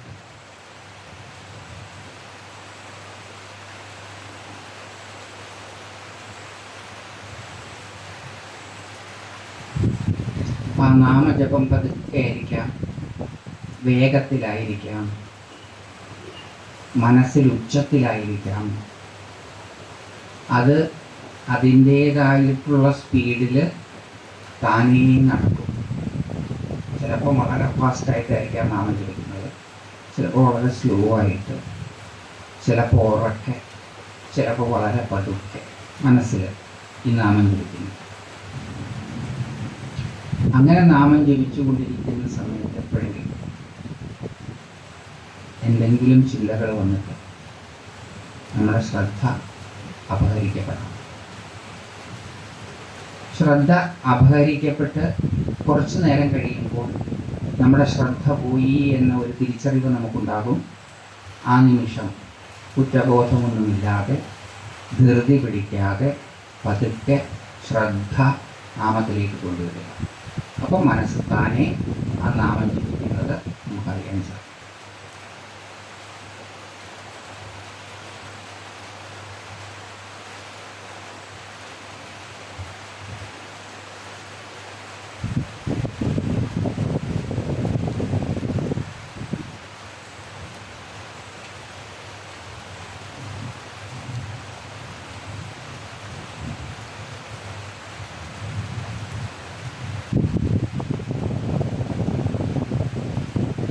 അങ്ങനെ നമ്മൾ നാമം ജപിച്ചുകൊണ്ട് മുന്നോട്ട് പോകുന്ന സമയത്ത് ചിലപ്പം ചില ചിന്തകൾ, ചില വികാരങ്ങളെ ഉണർത്തും. ദേഷ്യം, ഈർഷ്യ, അസൂയ, അസ്വസ്ഥത, സന്തോഷം, സങ്കടം,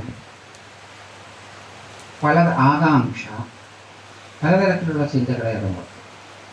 അങ്ങനെ ചിന്തകൾ നമ്മളുടെ ശ്രദ്ധയെ അപഹരിച്ചു കൊണ്ടുപോയാൽ ശ്രദ്ധ ആ ചിന്തകളിൽ നിന്ന്, ആ വികാരത്തിൽ നിന്ന് വിടർത്തി നാമത്തിലേക്ക് തിരിച്ച് കുറ്റബോധമില്ലാതെ പതുക്കെ അനായാസമായി കൊണ്ടുവരിക.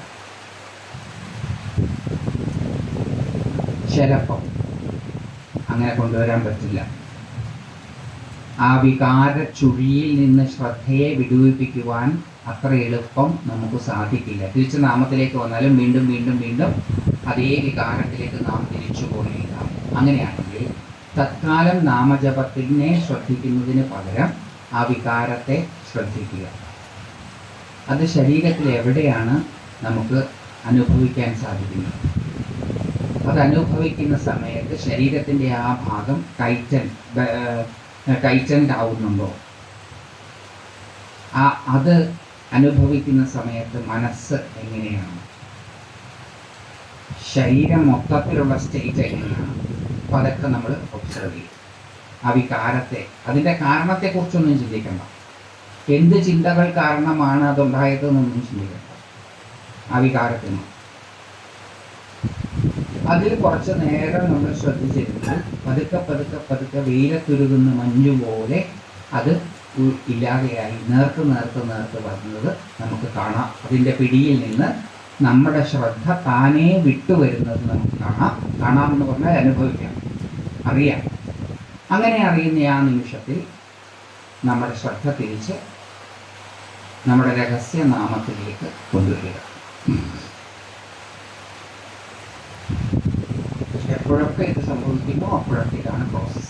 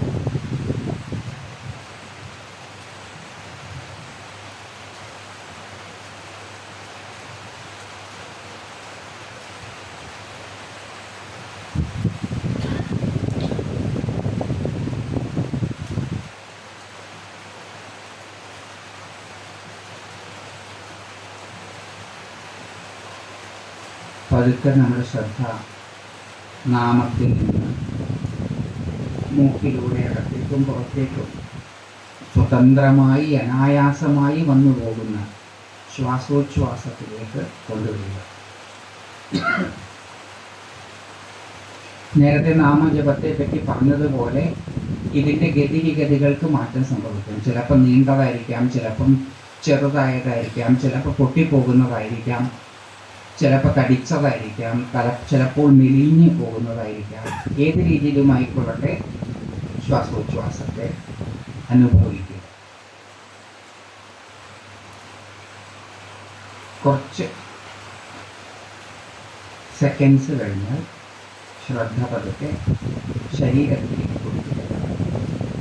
കാൽപാദങ്ങൾ, കാലുകൾ, കണങ്കാല്, കാഫ് മസിൽസ്, മുട്ടുകൾ, തുടകൾ, അരക്കെട്ടുകൾ, വയർ.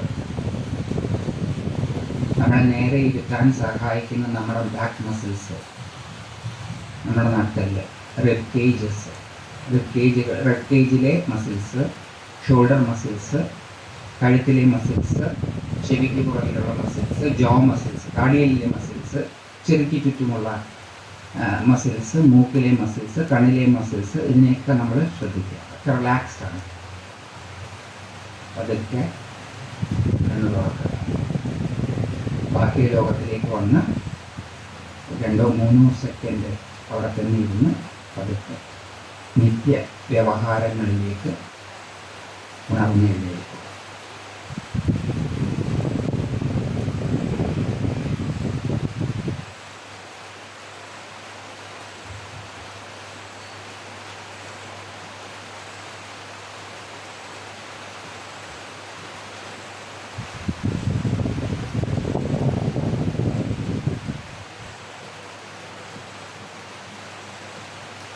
നാളെ വീണ്ടും 7:30 മണി. നാളെ കൊണ്ട് നമ്മുടെ ഈ ഒരു ഭാഗം തീരും.